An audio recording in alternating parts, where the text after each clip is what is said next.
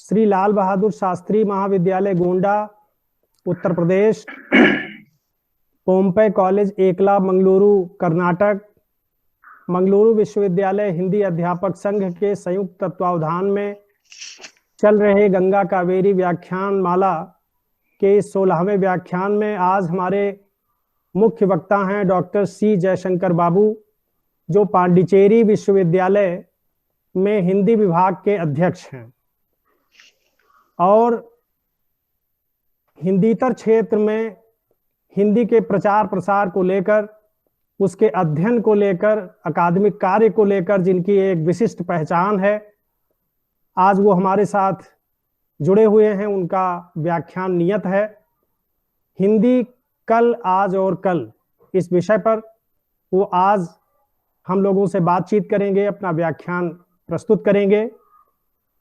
मैं उनका हार्दिक स्वागत करते हुए पोम्पे कॉलेज एकला मंगलुरु के प्राचार्य महोदय डॉक्टर पुरुषोत्तम केवी जी अगर जुड़े हुए हैं, मैं इस सूची में देखने का प्रयत्न कर रहा हूं कि वो जुड़े हैं कि नहीं। अगर वो जुड़े हैं, डॉक्टर ऐसे लगता है नहीं जुड़े हुए। हाँ, ऐसा ही लग रहा है, नहीं जुड़े हुए। जी जी। तो लाल बहादुर शास्त्री महाविद्यालय की प्राचार्य मैडम भी अभी जुड़ नहीं पाई हैं किसी वजह से, तो हार्दिक अभिनंदन करते हुए मैं हमारे मित्र डॉक्टर ऐसे मंजुनाथ जी को आमंत्रित करूंगा कि वो आज के हमारे मुख्य वक्ता डॉक्टर सी जयशंकर बाबू, जो पांडिचेरी विश्वविद्यालय में हिंदी विभागाध्यक्ष के पद पर कार्यरत हैं, उनका परिचय देने का अनुग्रह करें। डॉक्टर ऐसे मंजुनाथ जी। तिवारी जी, धन्यवाद परिचय देने हेतु मुझे अवसर देने के लिए। सभी सुधी बंधुओं को मेरा नमस्कार। मैं डॉक्टर ऐसे मंजुनाथ, मंगलुरु विश्वविद्यालय हिंदी अध्यापक संघ का अध्यक्ष हूँ और पोम्पे कॉलेज एकला मंगलुरु, इस कॉलेज में हिंदी के विभाग अध्यक्ष हूँ।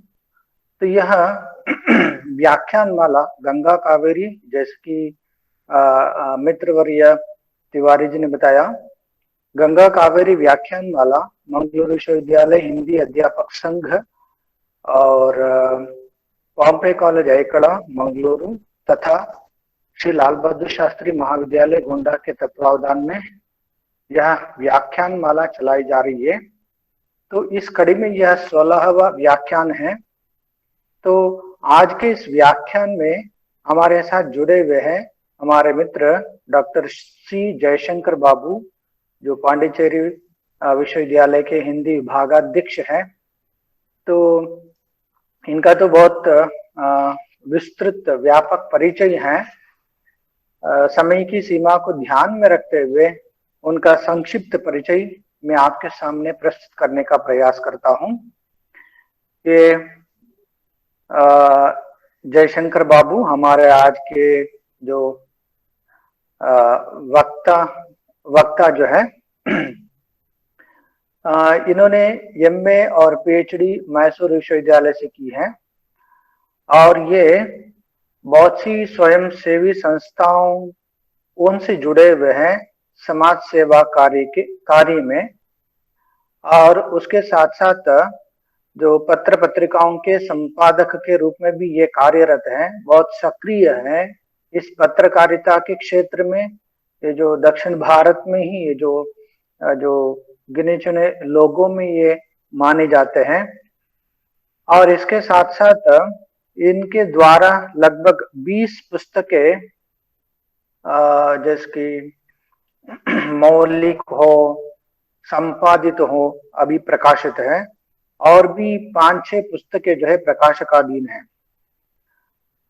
और इन्होंने लगभग 30 से ज्यादा शोधालेख जो नेशनल जर्नल जो कहते हैं, मतलब राष्ट्रीय और अंतर्राष्ट्रीय जर्नल्स में इनके लेख प्रकाशित हैं।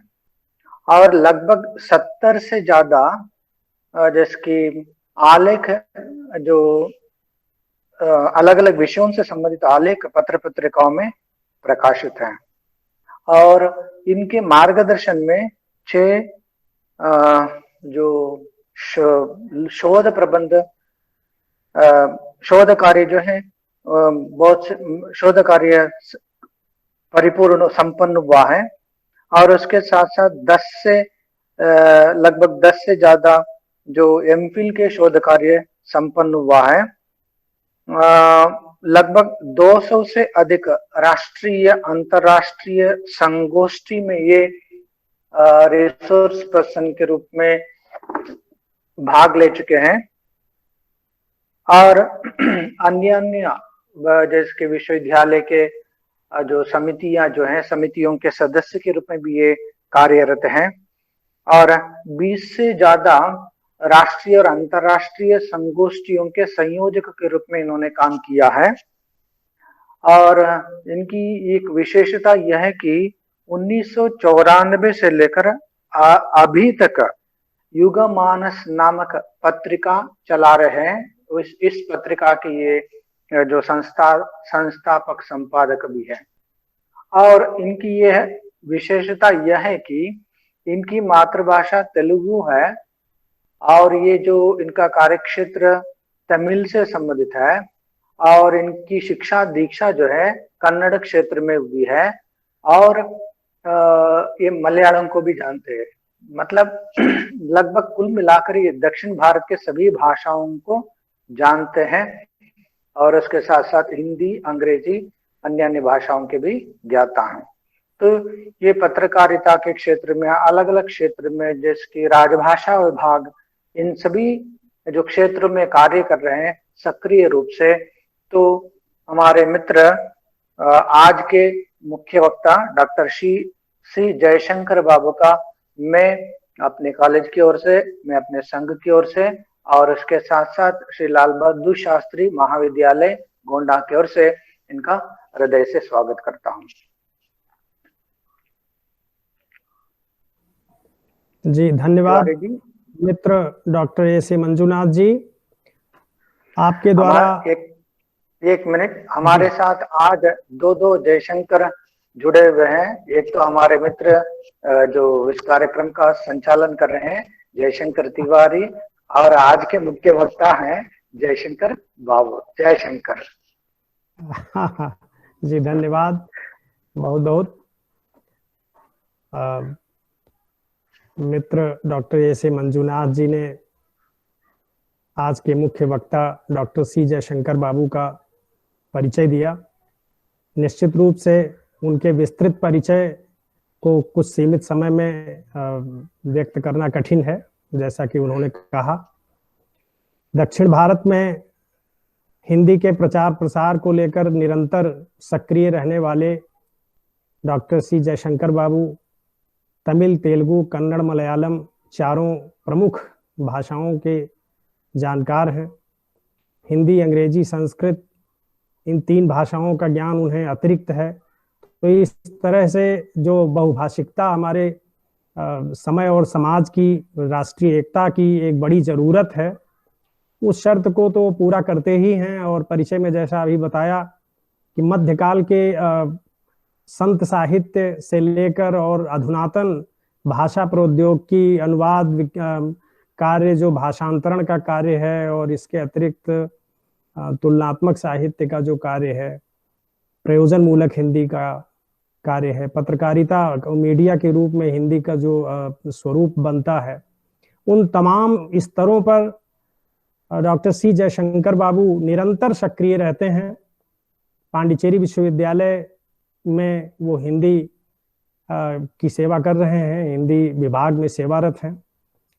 मैं उन्हें आदर के साथ आज के इस कार्यक्रम में जो हिंदी कल, आज और कल इस विषय पर केंद्रित है, नाम से ही स्पष्ट है कि हिंदी का अतीत, हिंदी का वर्तमान और हिंदी का भविष्य, इस विषय पर उन्हें अपना विचार व्यक्त करना है। तो मैं उन्हें बिना किसी और अतिरिक्त भूमिका के आदर के साथ डॉक्टर सी जयशंकर बाबू को आमंत्रित करता हूं कि वो अपना माइक्रोफोन ऑन कर लें और आज अपना वक्तव्य प्रारंभ करें। आपका स्वागत है डॉक्टर सी जयशंकर बाबू। नमस्कार सबको, नमस्कार। सबसे पहले इस कार्यक्रम के आयोजकों के प्रति मैं परम आभारी हूं और कार्यक्रम के सिलसिले में यह 16वां व्याख्यान माला है, मैंने सुना, बहुत अच्छा लगा। मतलब पिछले 4 महीनों से ये निरंतर आप चला रहे हैं और नाम सुनकर मुझे बहुत अच्छा लगा, गंगा कावेरी। तो इस नाम में ही वो संगम है, गंगा और कावेरी, इसमें उत्तर और दक्षिण का, आर्य और द्रविड़ का, और इसमें आत्मीयता और सहयोग नाम में ही प्रस्फुटित है। और एक तरफ जयशंकर तिवारी जी हैं और दूसरी तरफ मंजुनाथ जी हैं। तो निश्चय ही मैंने जो विषय चुना है उस दृष्टि से ये जो महत्वपूर्ण आत्मीय सहयोग और संगम के बीच में मुझे बोलने का बहुत अच्छा लग रहा है और खुले मन से मैं कुछ अपनी भावनाएं प्रकट करना चाहता हूँ। निश्चय ही जब कुछ सच्चाइयाँ बोलते हैं थोड़ा साहस की जरूरत होती है सुनने वालों को, और ऐसी संध्या के समय पे हमारे सारे पैरामीटर्स सही होते हैं और आराम से सुन सकते हैं, मैं यही मानता हूँ। और इस कार्यक्रम में उपस्थित तमाम मित्रगण जिनका मैं नाम नहीं ले पा रहा हूँ, इसमें उत्तर से भी जुड़े हैं, दक्षिण से भी जुड़े हैं। और ये भी अच्छा लगा कि मंजुनाथ जी ने कार्यक्रम का जो निमंत्रण है आज ही भेजा, और ये निमंत्रण केवल एक भाई से मैंने शेयर किया। अन्यथा क्योंकि आपका ये जो गूगल मीट है फिर सहन नहीं कर पाएगा। आमतौर पे मुझे सुनने के लिए कुछ मित्र जरूर आना चाहेंगे, तो उनको मैंने सूचना नहीं दी है। यहाँ तक कि घर पे भी मैंने उनसे अपना ये लिंक शेयर नहीं किया, क्योंकि आमतौर पर मेरे बोलते हुए मेरे घर पे भी कुछ लोग सुनना चाहेंगे और कई मित्र सुनना चाहेंगे। और मंजुनाथ जी ने 1 महीने या 2 महीने पहले, 2 महीने पहले इन्होंने प्रस्ताव रखा और जब कहा कि निश्चित रूप से मैं अपनी बातें रखूंगा आपके गंगा कावेरी व्याख्यान माला में, मैंने कहा और स्वीकृति दी। और विषय जब पूछा तुरंत मैंने इतना ही कहा कि हिंदी का हित चिंतन, तो ये मेरा शीर्षक मैंने दिया था। फिर मंजुनाथ जी ने कहा कुछ और उसको विस्तार कीजिए। मैंने कहा हिंदी का हित चिंतन कल, आज और कल। तो इसमें हित चिंतन गायब है, लेकिन मैं बात करूंगा हित चिंतन को ही लेकर। मतलब हिंदी कल और आज और कल की जब बात आती है, निश्चय ही मैं यहाँ जुड़े हुए इस व्याख्यान में जो विद्वान मित्र हैं, आप सबके अनुभव से मैं छोटा हूँ और हो सकता है मेरी बातों में कुछ गलत भी आपको लगे, मगर इसको आत्मीयता से आप स्वीकार करें जरूर। जब हम विचार विमर्श के लिए जुड़े हुए हैं, निश्चय ही यहाँ जब विचारों से टकराव होता है, आपको पता है कि समुद्र मंथन के बाद ही गरल भी सामने आया, विष भी सामने आया गरल के रूप में, और अमृत भी सामने आया। तो ये समुद्र मंथन, क्योंकि उधर मंगलोर भी समुद्र के पास ही है, इधर पांडिचेरी भी समुद्र के पास है। मंजुनाथ जी ने मुझे आमंत्रित किया एक समुद्र की सीमा पर बैठ के, इधर एक समुद्र की सीमा पे मैं बैठकर आमंत्रित कर रहा हूँ। और गंगा कावेरी के नाम लेके जयशंकर जी जो जुड़े हैं, जयशंकर तिवारी जी, तो ये दोनों नदियां फिर आके इन्हीं समुद्रों में समाहित हो जाते हैं। तो हम समुद्र मंथन की बात से मैं बात शुरू कर रहा हूँ। तो हिमालय से लेके कन्याकुमारी तक की बातें क्या यहीं तक सीमित हो और बाहर तक भी जाए, क्योंकि हिंदी के नाम को लेकर जब हम बात करते हैं पूरी दुनिया की बातें करते हैं। और निश्चय ही मैं देख रहा हूँ ये कोरोना के समय में कि ऐसे गोष्ठियाँ बहुत हो रही हैं। और मैंने ऐसी भी गोष्ठियाँ देखी हैं, जिज्ञासा से जुड़कर देखी है, क्योंकि किसी इनविटेशन में लगा था, यहाँ पे 3 ही नाम दिख रहे हैं लाल बहादुर शास्त्री के नाम से।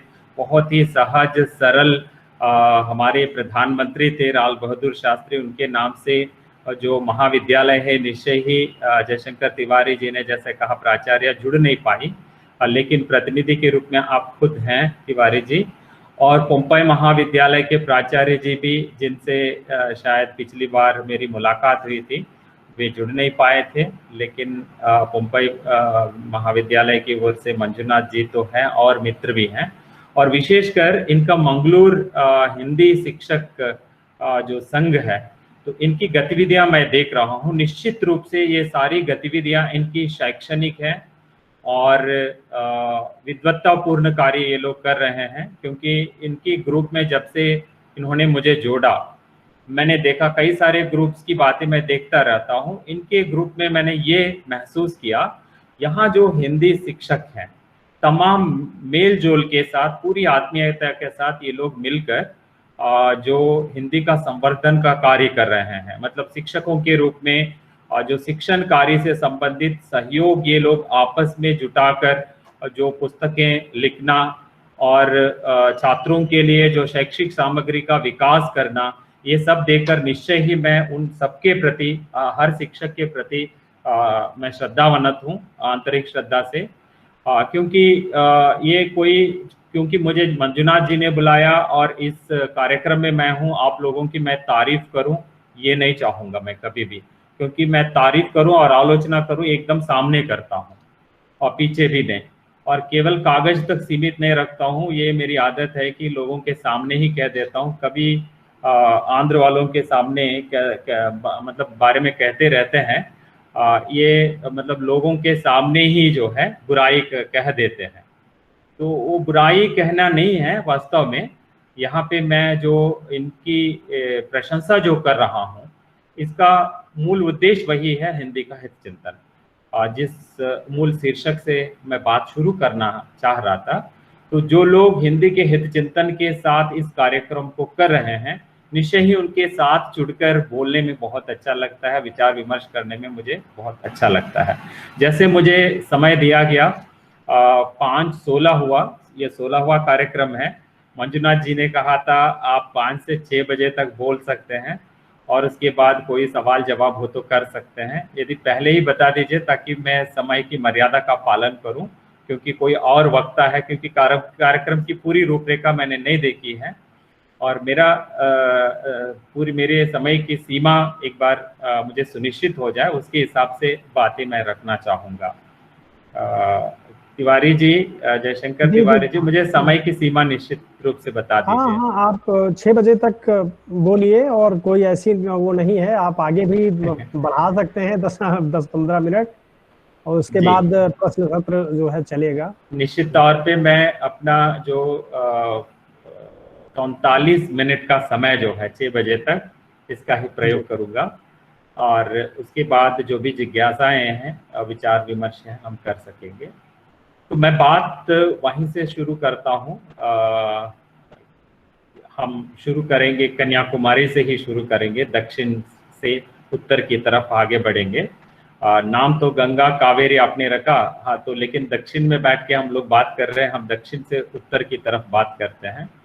तो यहाँ आर्य द्रविड़ का जो संगम मैंने कहा, तो हिंदी के कल की बात और हिंदी के आज की बात और हिंदी के कल की बात यदि मुझे करना है, तो जब हिंदी के हित को मैं दिमाग में रखते हुए जब बात कर रहा हूँ, थोड़ा सा अपना जो परिचय दिया गया, दोनों विद्वानों ने परिचय अच्छी आत्मीयता से मुझे मेरा परिचय दे दिया, फिर भी थोड़ा संशोधन करना चाहता हूँ जो मंजुनाथ जी ने दिया।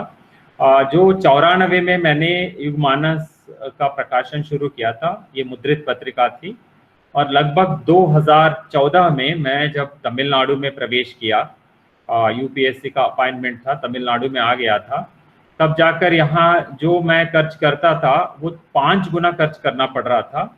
और स्थिति ये थी तब तक मुझे प्रोत्साहन से ज़्यादा लोग कहने लगे ये घरफूंक पत्रकारिता कर रहा है।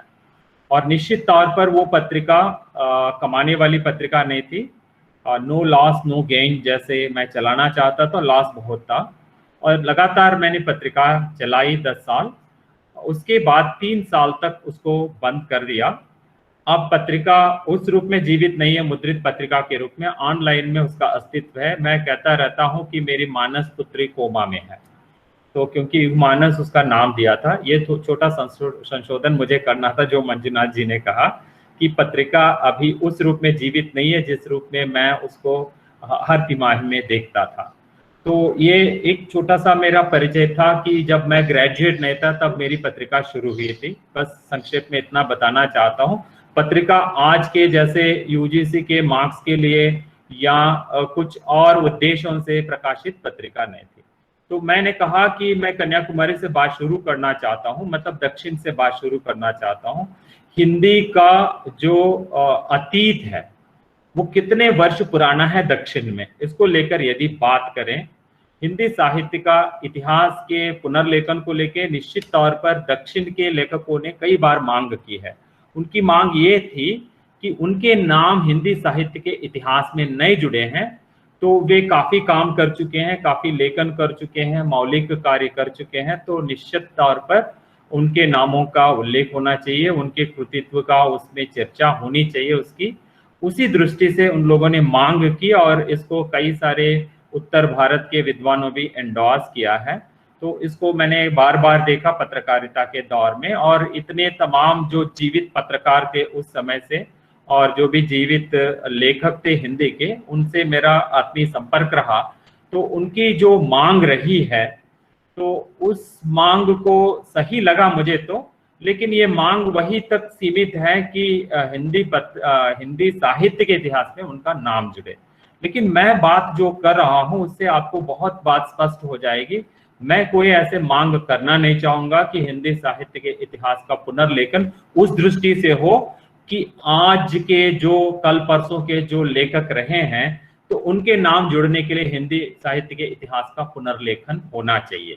क्योंकि हम यदि मान के चलेंगे तो 1000 ईस्वी से हिंदी साहित्य का इतिहास जैसे लगभग माना जाता है, या उससे पीछे भी यदि ले जाएं, अपभ्रंश काल को थोड़ा पीछे और ढकेल दें, तब से लेकर आप शुरू कर लें हिंदी साहित्य के इतिहास को। अभी 1000 साल का, ये 1000 साल के आसपास आप मान लेते हैं इसके इतिहास को। लेकिन जब बोलियों की बात आती है, सामने तुलसीदास का चित्र भी सामने आ गया मेरे सामने संयोग से, तो आप अवधि की बात कहें या ब्रज की बात कहें, और फिर आप जब बात करते हैं खड़ी बोली को लेकर, तो फिर इतिहास जो है सीमित हो जाता है। कहीं 200 साल 250 साल की बात होती है, या पीछे भी ले जाइए फिर वही 1000 साल भी आप मान लीजिए। तो मैं इतना कहना चाहूंगा, दक्षिण में हिंदी का प्रवेश 1000 साल से पहले हो चुका था, इतना तो निश्चित है। तो आजकल जैसे जब गांधी जी मैदान में आए, जब हिंदी प्रचार शुरू हुआ तब से नहीं, निश्चित तौर पे ये आपको ले जाना पड़ेगा 1000 साल या उससे ज्यादा पीछे ले जाना पड़ेगा। क्योंकि जो अपभ्रंश काल है, अपभ्रंश के जिस प्रथम कवि की बात आप करते हैं जहां से हमारे पास इतिहास का उल्लेख है, तो उनकी कर्म भूमि कर्नाटक थी। तो आप जिस स्वयंभू देव की बात करते हैं तो उनकी कर्म भूमि जो है कर्नाटक थी, ये सच्चाई है। तो इस पे आप जैन धर्म संबंधी और अन्य अपभ्रंश कालीन साहित्य जिनका भी आपके सामने उल्लेख मिल जाएगा, उनका आप यदि निश्चित तौर पर उस पर अनुसंधान करेंगे, बात निश्चित हो जाएगी। तो दक्षिण से ही हिंदी साहित्य का इतिहास शुरू होना चाहिए, क्योंकि हिंदी साहित्य के इतिहास में आदिकाल में जिस स्वयंभू से हम बात शुरू करते हैं, वे निश्चित तौर पर कर्नाटक में उनकी कर्मभूमि थी, वहीं से कार्य कर रहे थे। और आप केरल की बात यदि करेंगे, केरल में भी उस समय तिरुवितांकुर मतलब आज के त्रिवेंद्रम के जो युवराज थे, जिनको स्वाति तिरुनाल कहते हैं, ये भी लगभग 18वीं सदी 19वीं सदी के बीच के जो युग राजा थे, और उनके संबंध में तो काफी आपको पढ़ने को मिलेगा। जो उस समय ब्रज भाषा में उनके गीत कई सारे हैं, आपको आज मिल जाएंगे। और विशेषकर उनके गीतों में कृष्ण भक्ति से संबंधित गीत होने की वजह से तो धार्मिक संस्थाओं ने उनका काफी प्रचार किया है और प्रकाशन भी हुआ है। तो जस्ट थोड़ा सा मैं अतीत को लेकर बात करना चाह रहा था, तो अतीत दक्षिण से ही मैंने शुरू कर दी। तो यहाँ दक्षिण से शुरू करने का कारण ये था कि आप जब गंगा और कावेरी के नाम से इस व्याख्यान माला को जो कर रहे हैं, इसमें आज तक जहां तक मैंने देखा, पिछली बार मुझसे पहले शायद दक्षिण के एक विद्वान पालक्काड़ में जो अभी हैं तो उनकी बात हुई थी। उससे पहले मेरे पास तो निमंत्रण मिलते रहे, लेकिन हर शनिवार मैं इतना व्यस्त रहा यूनिवर्सिटी में बैठे बैठे, एक दिन भी सुन नहीं पाया। निश्चित तौर पे 15 जो विद्वान हैं उसमें कई सारे उत्तर के भी विद्वान जुड़े होंगे। तो यहाँ उत्तर दक्षिण की बात को लेकर इन दोनों में सहयोग और आत्मीयता को लेकर ही मैं बात करना चाह रहा हूँ। इस दृष्टि से देखा जाए तो हिंदी साहित्य का अतीत जो है गौरवपूर्ण है, और उसका गौरवपूर्ण इतिहास दक्षिण से शुरू होना चाहिए। जैसे आप 8वीं सदी के शंकराचार्य जो कालड़ी से बात शुरू करते हैं कि भक्ति द्रविड़ उपजी से की बात जो हिंदी साहित्य के भक्तिकालीन इतिहास में बात आती है, तो भक्ति की शुरुआत दक्षिण से हुई थी। हिंदी साहित्य के इतिहास लेखन के लिए जो सामग्री मिलती है वो दक्षिण से ही शुरू होती है, तो वहीं से बात शुरू होनी चाहिए। जबकि अतीत के गौरव की दृष्टि से मैं बात कर रहा हूँ, तो अतीत की बात मैं थोड़ा सा यही सीमित करते हुए फिर वर्तमान में आना चाहूंगा। मेरे वर्तमान में केवल आज नहीं है, आज के पीछे 100 साल भी है, इसको भी मैं वर्तमान के रूप में मानना चाहता हूँ। लगभग आप गांधी जी ने जब से दक्षिण में हिंदी प्रचार का आंदोलन शुरू किया, यदि उस दिन से बात शुरू करें, थोड़ा आगे पीछे होकर हम बात करेंगे, तो बहुत सी ऐसी बातें हैं। निश्चय ही तो उत्तर दक्षिण में हिंदी के विकास के लिए जो प्रयास हुए हैं और हिंदी का जो हित चिंतन हुआ है आज तक, उसको लेकर हमारे मन में निश्चय ही गौरवपूर्ण भावना जागृत होगी, बड़ी श्रद्धा जागृत होगी। उसी दृष्टि से 2-4 बातें मैं आपके सामने रखना चाहता हूँ। तो गांधी जी दक्षिण अफ्रीका का जो अनुभव रहा गांधी जी के पास, उस अनुभव के आधार पर उन्होंने सोचा था, ये सब आप जानते ही हैं, कि उत्तर और दक्षिण को जोड़ने के लिए एक ऐसे संपर्क भाषा की जरूरत है जो दक्षिण में उसकी कमी है, तो हम प्रचार करें और दक्षिण वाले उस भाषा को सीखें, और उत्तर दक्षिण के बीच में ये जो संपर्क बढ़ेगा और इनमें भावात्मक एकता बढ़ेगी, हम सब मिलके अंग्रेजों को यहाँ से भगा सकते हैं। इस दृष्टि से उस आंदोलन की बातें की जाती है। तो उस आंदोलन के कई परिणाम हैं, हम सब उसके परिणाम अपने को मानते हैं, क्योंकि जो दक्षिण भारत हिंदी प्रचार सभा है, तो इसके 100 साल पूरे हो चुके हैं, तो काफी गौरवपूर्ण अतीत रहा है। तो अतीत की बात मैं कर रहा हूँ। फिर अतीत मिलेगा 1918 को, लेकिन इस अतीत को थोड़ा और पीछे खींचना पड़ेगा। भाई राजमणि मिश्रा जी, थोड़ा सा आप अपने माइक को थोड़ा सा, यदि बोलना चाहेंगे बोल सकते हैं, अन्यथा म्यूट कर लें। थोड़ा बाकी जो भी कान में कुछ लगाए हैं उनको डिस्टर्बेंस ना हो आवाज में। तो क्षमा चाहता हूँ बीच में व्यवधान के लिए।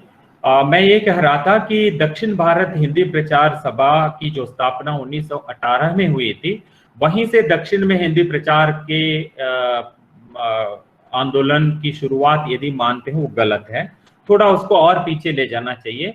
क्योंकि यहाँ पे जो आप तमिल के जो कवि हैं सुब्रमण्य भारती जिसको कहते हैं, भारतीयार कहते हैं, वे भारतीयार तो उस समय 1910 के आसपास फिर वहां से इधर भी आ गए थे, हमारे यहाँ पांडिचेरी भी आए थे, और ये एक पत्रिका निकालते थे, उसका नाम इंडिया था।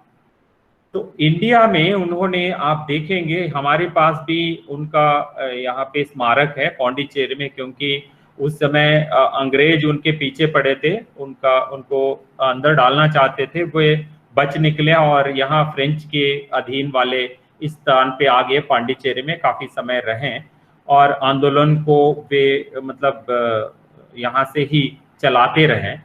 और यहाँ उनका एक स्मृति भवन है भारतीयार का, और चेन्नई में आप जाएंगे आपको वहां पे मेरीना बीच के पास एक ट्रिप्लिकेन आता है जिसको तिरुवल्लिकेनी कहते हैं। वहां एक पार्थसारथी मंदिर है। उसी मंदिर के हाथी ने उनको कुचलकर मार दिया था, मतलब कुछ दिन बाद उनकी मृत्यु हो गई। इतने बड़े देशभक्त के रूप में भारतीयार को मानते हैं। और हिंदी साहित्य में जिस प्रगतिशील काव्य की बात हम 1936 के बाद बात करते हैं, और कबीर से भी बात होती है कि कबीर के संदर्भ में भी हम प्रगतिशील कहते हैं, लेकिन आजादी आंदोलन और उसके बाद के संदर्भ में हिंदी साहित्य में बात आती है, निश्चित तौर पे कहेंगे कि प्रगतिवाद की शुरुआत वहां है। तो ये प्रगति शब्द को लेकर यदि कहना है, तमिल वाले कहते हैं तो वो प्रगति भावना को आप भारतीय से जोड़ सकते हैं। तो इतनी प्रगतिशील चेतना के साथ भारतीयार आपके वहां पे रहें, वाराणसी में भी रहें, उनका घर वहां पे भी है, आप देखेंगे। और यहाँ चेन्नई में उन्होंने उस समय चन्नापट्टनम जो मद्रास कहते थे, तो वहां पे 1906 के आसपास हिंदी की कक्षाएं ट्रिप्लिकेन में चलाना शुरू किया था। तो 1906 में हिंदी की कक्षाएं शुरू हुई। 7-8 में उनकी पत्रिका में जो बीच के पन्नों में वे हिंदी में कुछ पाठ छापते थे। तो ये सद्भाव आप जाकर वहां पे उनका जो आर्काइव्स है उसमें जाकर देख सकते हैं, जो इंडिया पत्रिका में। तो ये सच्चाई है और ये इतिहास है। तो अतीत का जो गौरव है दक्षिण का ये है। तो आजादी प्राप्ति के बाद जो हमारा संविधान लागू होने से पहले संविधान सभा की जो चर्चाएं हो रही थी, और 1949 में जो आप कहेंगे सितंबर 12, 13, 14 जो भी चर्चाएं हुई, और उस समय जो भी समितियां बनी थी, तो उन समितियों में भाषा संबंधी समिति के भी दक्षिण भारतीय ही एक व्यक्ति थे, जिनकी वजह से, जिनके कारण जो आपके 343 से लेकर 343 से लेकर 351 तक के जो राजभाषा संबंधी प्रावधान संविधान में जुड़े हैं, उसमें दक्षिण के एक हिंदी प्रेमी और उनको साथ देने वाले, जैसे कावेरी को साथ देने वाले गंगा प्रेमी जैसे यहाँ जुड़े हैं, वैसे ही तो उस गंगा स्थान से जितने सारे हिंदी प्रेमी थे, उन सबके सहयोग से राजभाषा के रूप में हिंदी को संविधान में स्थान मिला। और संविधान में 351 वाला जो प्रावधान है, उस प्रावधान का श्रेय निश्चय ही आप हिंदीतर भाषियों को देना चाहिए। और इसमें हिंदीतर भाषियों का हित ये था कि हिंदी के हित में हिंदीतर भाषी जो काम कर रहे हैं, कि हिंदी और हिंदीतर इसका कोई अंतर वास्तव में नहीं है। तो मैं जहां तक देखता हूं, क्योंकि आपको पता है हमारे यहाँ से जो एक प्रधानमंत्री हुए थे जिनको श्रेय देते हैं 16-17 भाषाएं जानते हैं, नरसिम्हा राव को। तो मैं भी जब कोई भी भाषा सुनता हूं उत्तर भारत की, मतलब हिंदी छोड़कर बाकी कोई भी भाषा मैं सुन लेता हूं, मुझे कोई नई भाषा नहीं लगती, सारी भाषा मैं समझ लेता हूं। कम से कम 80% भाषा को समझ रहा हूं मैं। वो हरियाणा से हरियाणवी को ले लीजिए, आप कश्मीरी को ले लीजिए, और नीचे आते हुए आप सिंधी को ले लीजिए, पंजाबी को ले लीजिए, उधर नेपाली ले लीजिए, किसी भी भाषा को मैं सुनता हूं। इसी के आधार पर भाषा वैज्ञानिकों ने निश्चय ही कहा कि ये आर्य भाषाएं हैं। आप असमिया को लीजिए, बंगला को लीजिए, उड़िया को लीजिए, इधर आप गुजराती को लीजिए, मराठी को लीजिए, ध्यान से सुनेंगे। केवल मैं अपनी बात नहीं कर रहा हूं, यहाँ मेरे मित्र जो है उन्होंने कभी कोशिश की है, यदि आज तो उनके सामने इतने सारे टीवी चैनल है और इंटरनेट यूट्यूब के माध्यम से बहुत कुछ सामग्री मिल जाएगी हर भाषा की। यदि आप ध्यान से 1 घंटे भर एक भाषा को सुनिए, निश्चित तौर पर लगेगा कि ये भाषा हमारी अपनी है, क्योंकि आप हिंदी जानते हैं, आपको लगेगा इसको आप समझ रहे हैं। तो फिर दक्षिण की बात पे आएंगे, द्रविड़ की बात। तो द्रविड़ में निश्चित तौर पर हाँ, द्रविड़ थोड़ा अलग ही है तो आर्य से, लेकिन आर्य और द्रविड़ को दोनों को जोड़ने की बात संस्कृत से होती है। तो संस्कृत शब्दावली दक्षिण में है, तत्सम भी है हमारे पास, तद्भव भी है। तो तत्सम का भी हम प्रयोग करते हैं, सूर्य भी कहते हैं हम, जैसे सूरज जो हिंदी में कहते हैं, तो वैसे सूर्यन तमिल में कहते हैं, सूर्युडु तेलुगु में कहते हैं, सूर्या वहां पे कहते हैं कर्नाटक में। इस ढंग से देखा जाए तो कोई आपको नई भाषा नहीं लगेगी। दक्षिण भी कोशिश करें, हिंदी भाषी जो आएंगे तो निश्चित तौर पे आत्मीयता के साथ सुनकर हाँ मैं दक्षिण की भाषा सीखूं ऐसा सोचेंगे तो एक साल भर में वे भाषा बोल पाएंगे। तो भाषा की जो राजनीति है वो राजनीति की चीज है। तो राजभाषा के पास आकर फिर मैं राज और राजनीति की बात इसीलिए शुरू किया। तो मेरे पास मैं 33 के पास पहुंच गया, 60 के पास पहुंचने तक का ही समय है, बहुत सीमित समय है मेरे पास, क्योंकि 45 मिनट में मैं अतीत, वर्तमान और भविष्य को कहना चाहता हूं। जो कहना चाह रहा था उसको सीमित करते करते कई बातें छोड़कर फिर आ रहा हूं। तो मैं ये कह रहा था कि गांधी जी ने जिस दक्षिण भारत हिंदी प्रचार सभा के गठन की बात की थी और उसका गठन भी हो गया, और उसकी वजह से कई सारे हिंदी प्रचारक जो उत्तर भारत के आए, दक्षिण में हिंदी प्रचार पूरे मन लगाकर मनसा वाचा कर्मणा आप कहेंगे कि यहाँ काम करते रहे। केवल उत्तर से दक्षिण ही लोग नहीं आए, दक्षिण से उत्तर भी चले गए, दक्षिण से उत्तर भी चले गए। तो नाम लेना चाहिए, केरल से भी गए आप, मंदार पर्वत करते हैं कहते हैं आपके बिहार में, आप सोच लीजिए वहां पर भी जाके हिंदी का कार्य करने लगे हैं। तो वहाँ जो भागलपुर में जो भी हैं वहाँ के बड़ी श्रद्धा के साथ एक केरल के मलयालम भाषी जो वहाँ गए थे, नाम मैं नहीं लेना चाह रहा हूँ, आपके लिए कुछ ऐसे छोड़ देता हूँ, चाहे तो गूगल कर लीजिए, जो जानते हैं जाते हैं। तो नाम गिनते जाऊंगा मैं, दक्षिण में कम से कम 1000 नाम मेरे दिमाग में है, उनका नाम मैं लेना चाह रहा था। तो किसी के नाम लेते हुए मेरा समय वैसे ही निकल जाएगा, नाम नहीं ले रहा हूं मैं। तो यदि आपकी जिज्ञासा है नाम पूछते जाइए, बाद में बताऊंगा, या कम से कम इतना करूंगा कि उस पर जो भी लिखना है मैं लिखूंगा। तो मैं ये कह रहा था कि दक्षिण और उत्तर के बीच में जो समन्वय आज गंगा कावेरी के नाम से आपके बीच में जो है, ये समन्वय पहले से रहा है, हमेशा रहा है।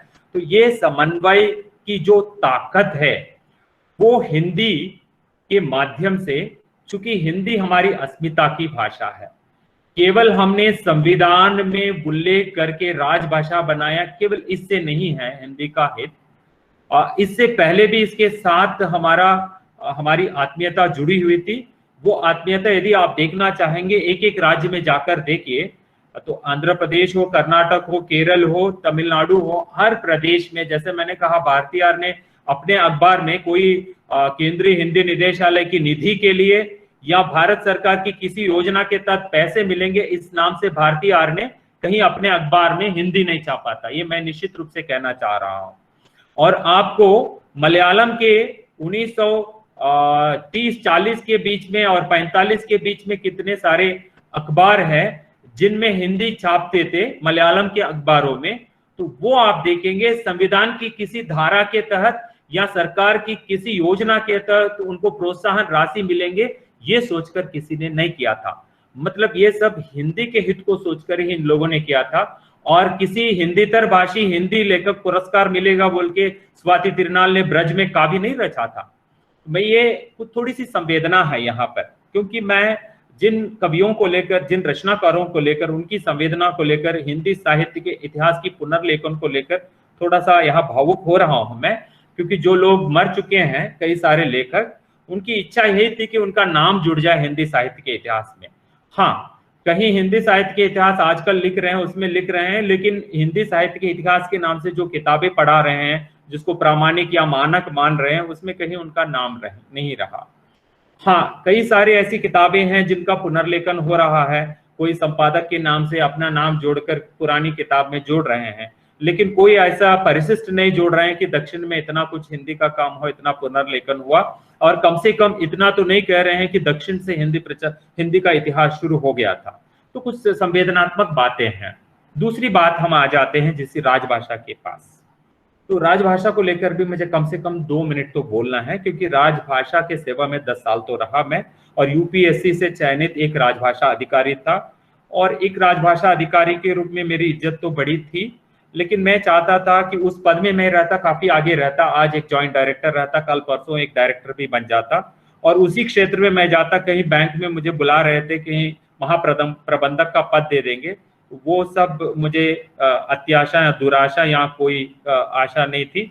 मैं भग्नाशा भी नहीं मानूंगा यहाँ शिक्षक बन के रह के, क्योंकि आज भी मैं सहायक आचार्य हूँ। इन पदों से मेरा लेना देना नहीं है।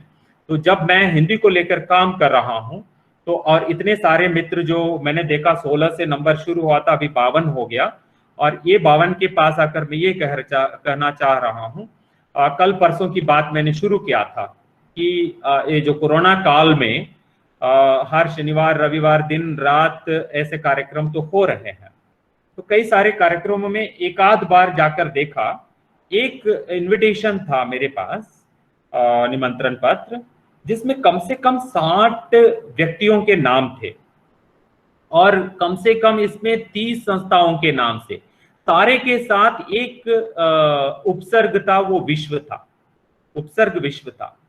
तो इसलिए अभी क्योंकि अतीत की बात खत्म करके वर्तमान में रहते हुए भविष्य की ओर ले जाते हुए फिर मुझे उस विश्व की बात कहना चाह रहा हूं, क्योंकि जल्दी ही मुझे उस सब्जेक्ट में जानना है, तभी मैं अपनी बात को समाप्त करूंगा, समाहित कर पाऊंगा। तो विश्व की बात मैं इसलिए कह रहा था कि अब दुनिया में भारत की स्थिति को लेकर हमारे प्रधानमंत्री हो, हमारे देश के जितने सारे नेता हो, ये कहते रहते हैं कि बड़ी आर्थिक शक्ति के रूप में हम उभर रहे हैं, तो कल परसों हम अव्वल नंबर में रहेंगे।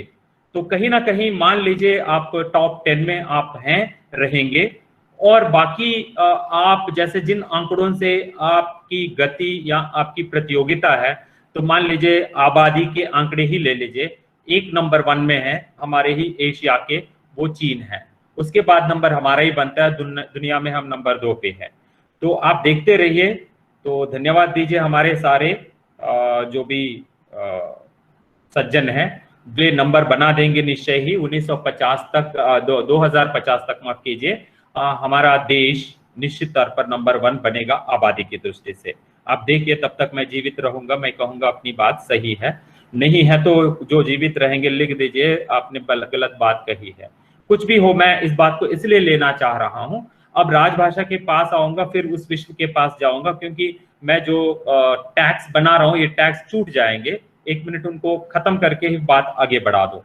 तो पहले विश्व को लूंगा मैं। जो इस कोरोना काल में जो कार्यक्रम हो रहे हैं उसमें बड़ी बड़ी संस्थाओं के नाम लिखकर, जो 60 नाम लिखे हैं, 30 संस्थाओं के नाम है, सारे विश्व स्तरीय संस्थाओं के नाम है। उन कार्यक्रमों में जाकर देखा, मुश्किल से 30 लोग थे, इसमें 50 लोग हैं तो मुझे अच्छा लग रहा है। तो 30 लोग थे, मतलब 60 नाम लगे हैं, 30 लोग आए हैं, और 30 संस्थाओं के नाम है, 30 प्रतिनिधि उनके नहीं थे, बस बाकी जो श्रद्धालु गए हैं वो है। तो जब हम विश्व को लेकर बात करते हैं, विश्व हिंदी की बात करते हैं, हमारी ये हालत है, सच्चाई है ये। आप क्योंकि मैं उस बात को लेकर बात करना चाहता हूँ। विश्व हिंदी सम्मेलन जो होता है, जब हुआ था आपके न्यूयॉर्क में, यूएनओ के हेडक्वार्टर में, उस समय मुझे भी मौका मिल रहा था, क्योंकि मैं एक हिंदी का पत्रकार था। आपको पता है, जिसका भी थोड़ा सा आप उस शब्द का प्रयोग करते हैं, तो जिसको मैं करना नहीं चाह रहा हूं, बस जो भी आपके गॉडफादर्स है आपको ले जाएंगे। तो ऐसे गॉडफादर्स मेरे भी थे, क्योंकि मैं एक पत्रकार था, उनकी तारीफ करता था, मैं भी लिखता था, मुझे भी ले जाना चाहते थे। मैंने मना किया, मैं नहीं जाना चाह रहा हूँ, ठीक है, मैं देखना चाहूंगा दूर से कि न्यूयॉर्क में क्या होगा। तो न्यूयॉर्क में एक न्यूयॉर्क टाइम्स है, एक अखबार, और उनके आर्काइव 70 से है, 1970 से आपको हर दिन का पेपर आप आज भी देख पाएंगे। तो क्योंकि उनके यहाँ इंटरनेट और कंप्यूटर का काफी पहले विकास हो चुका था, हमारे पास बहुत देर बाद हुआ। हमारे पास 1970 में भारत सरकार के पास 2 या 3 कंप्यूटर थे, आप मान लीजिए, सच्चाई है, चाहे तो देख लीजिए आप, ठीक है, RTA डाल के अलग ढंग से जो भी इंफॉर्मेशन लेना है ले लीजिए। भारत सरकार के पास मुश्किल से 2 या 3 कंप्यूटर थे उस समय।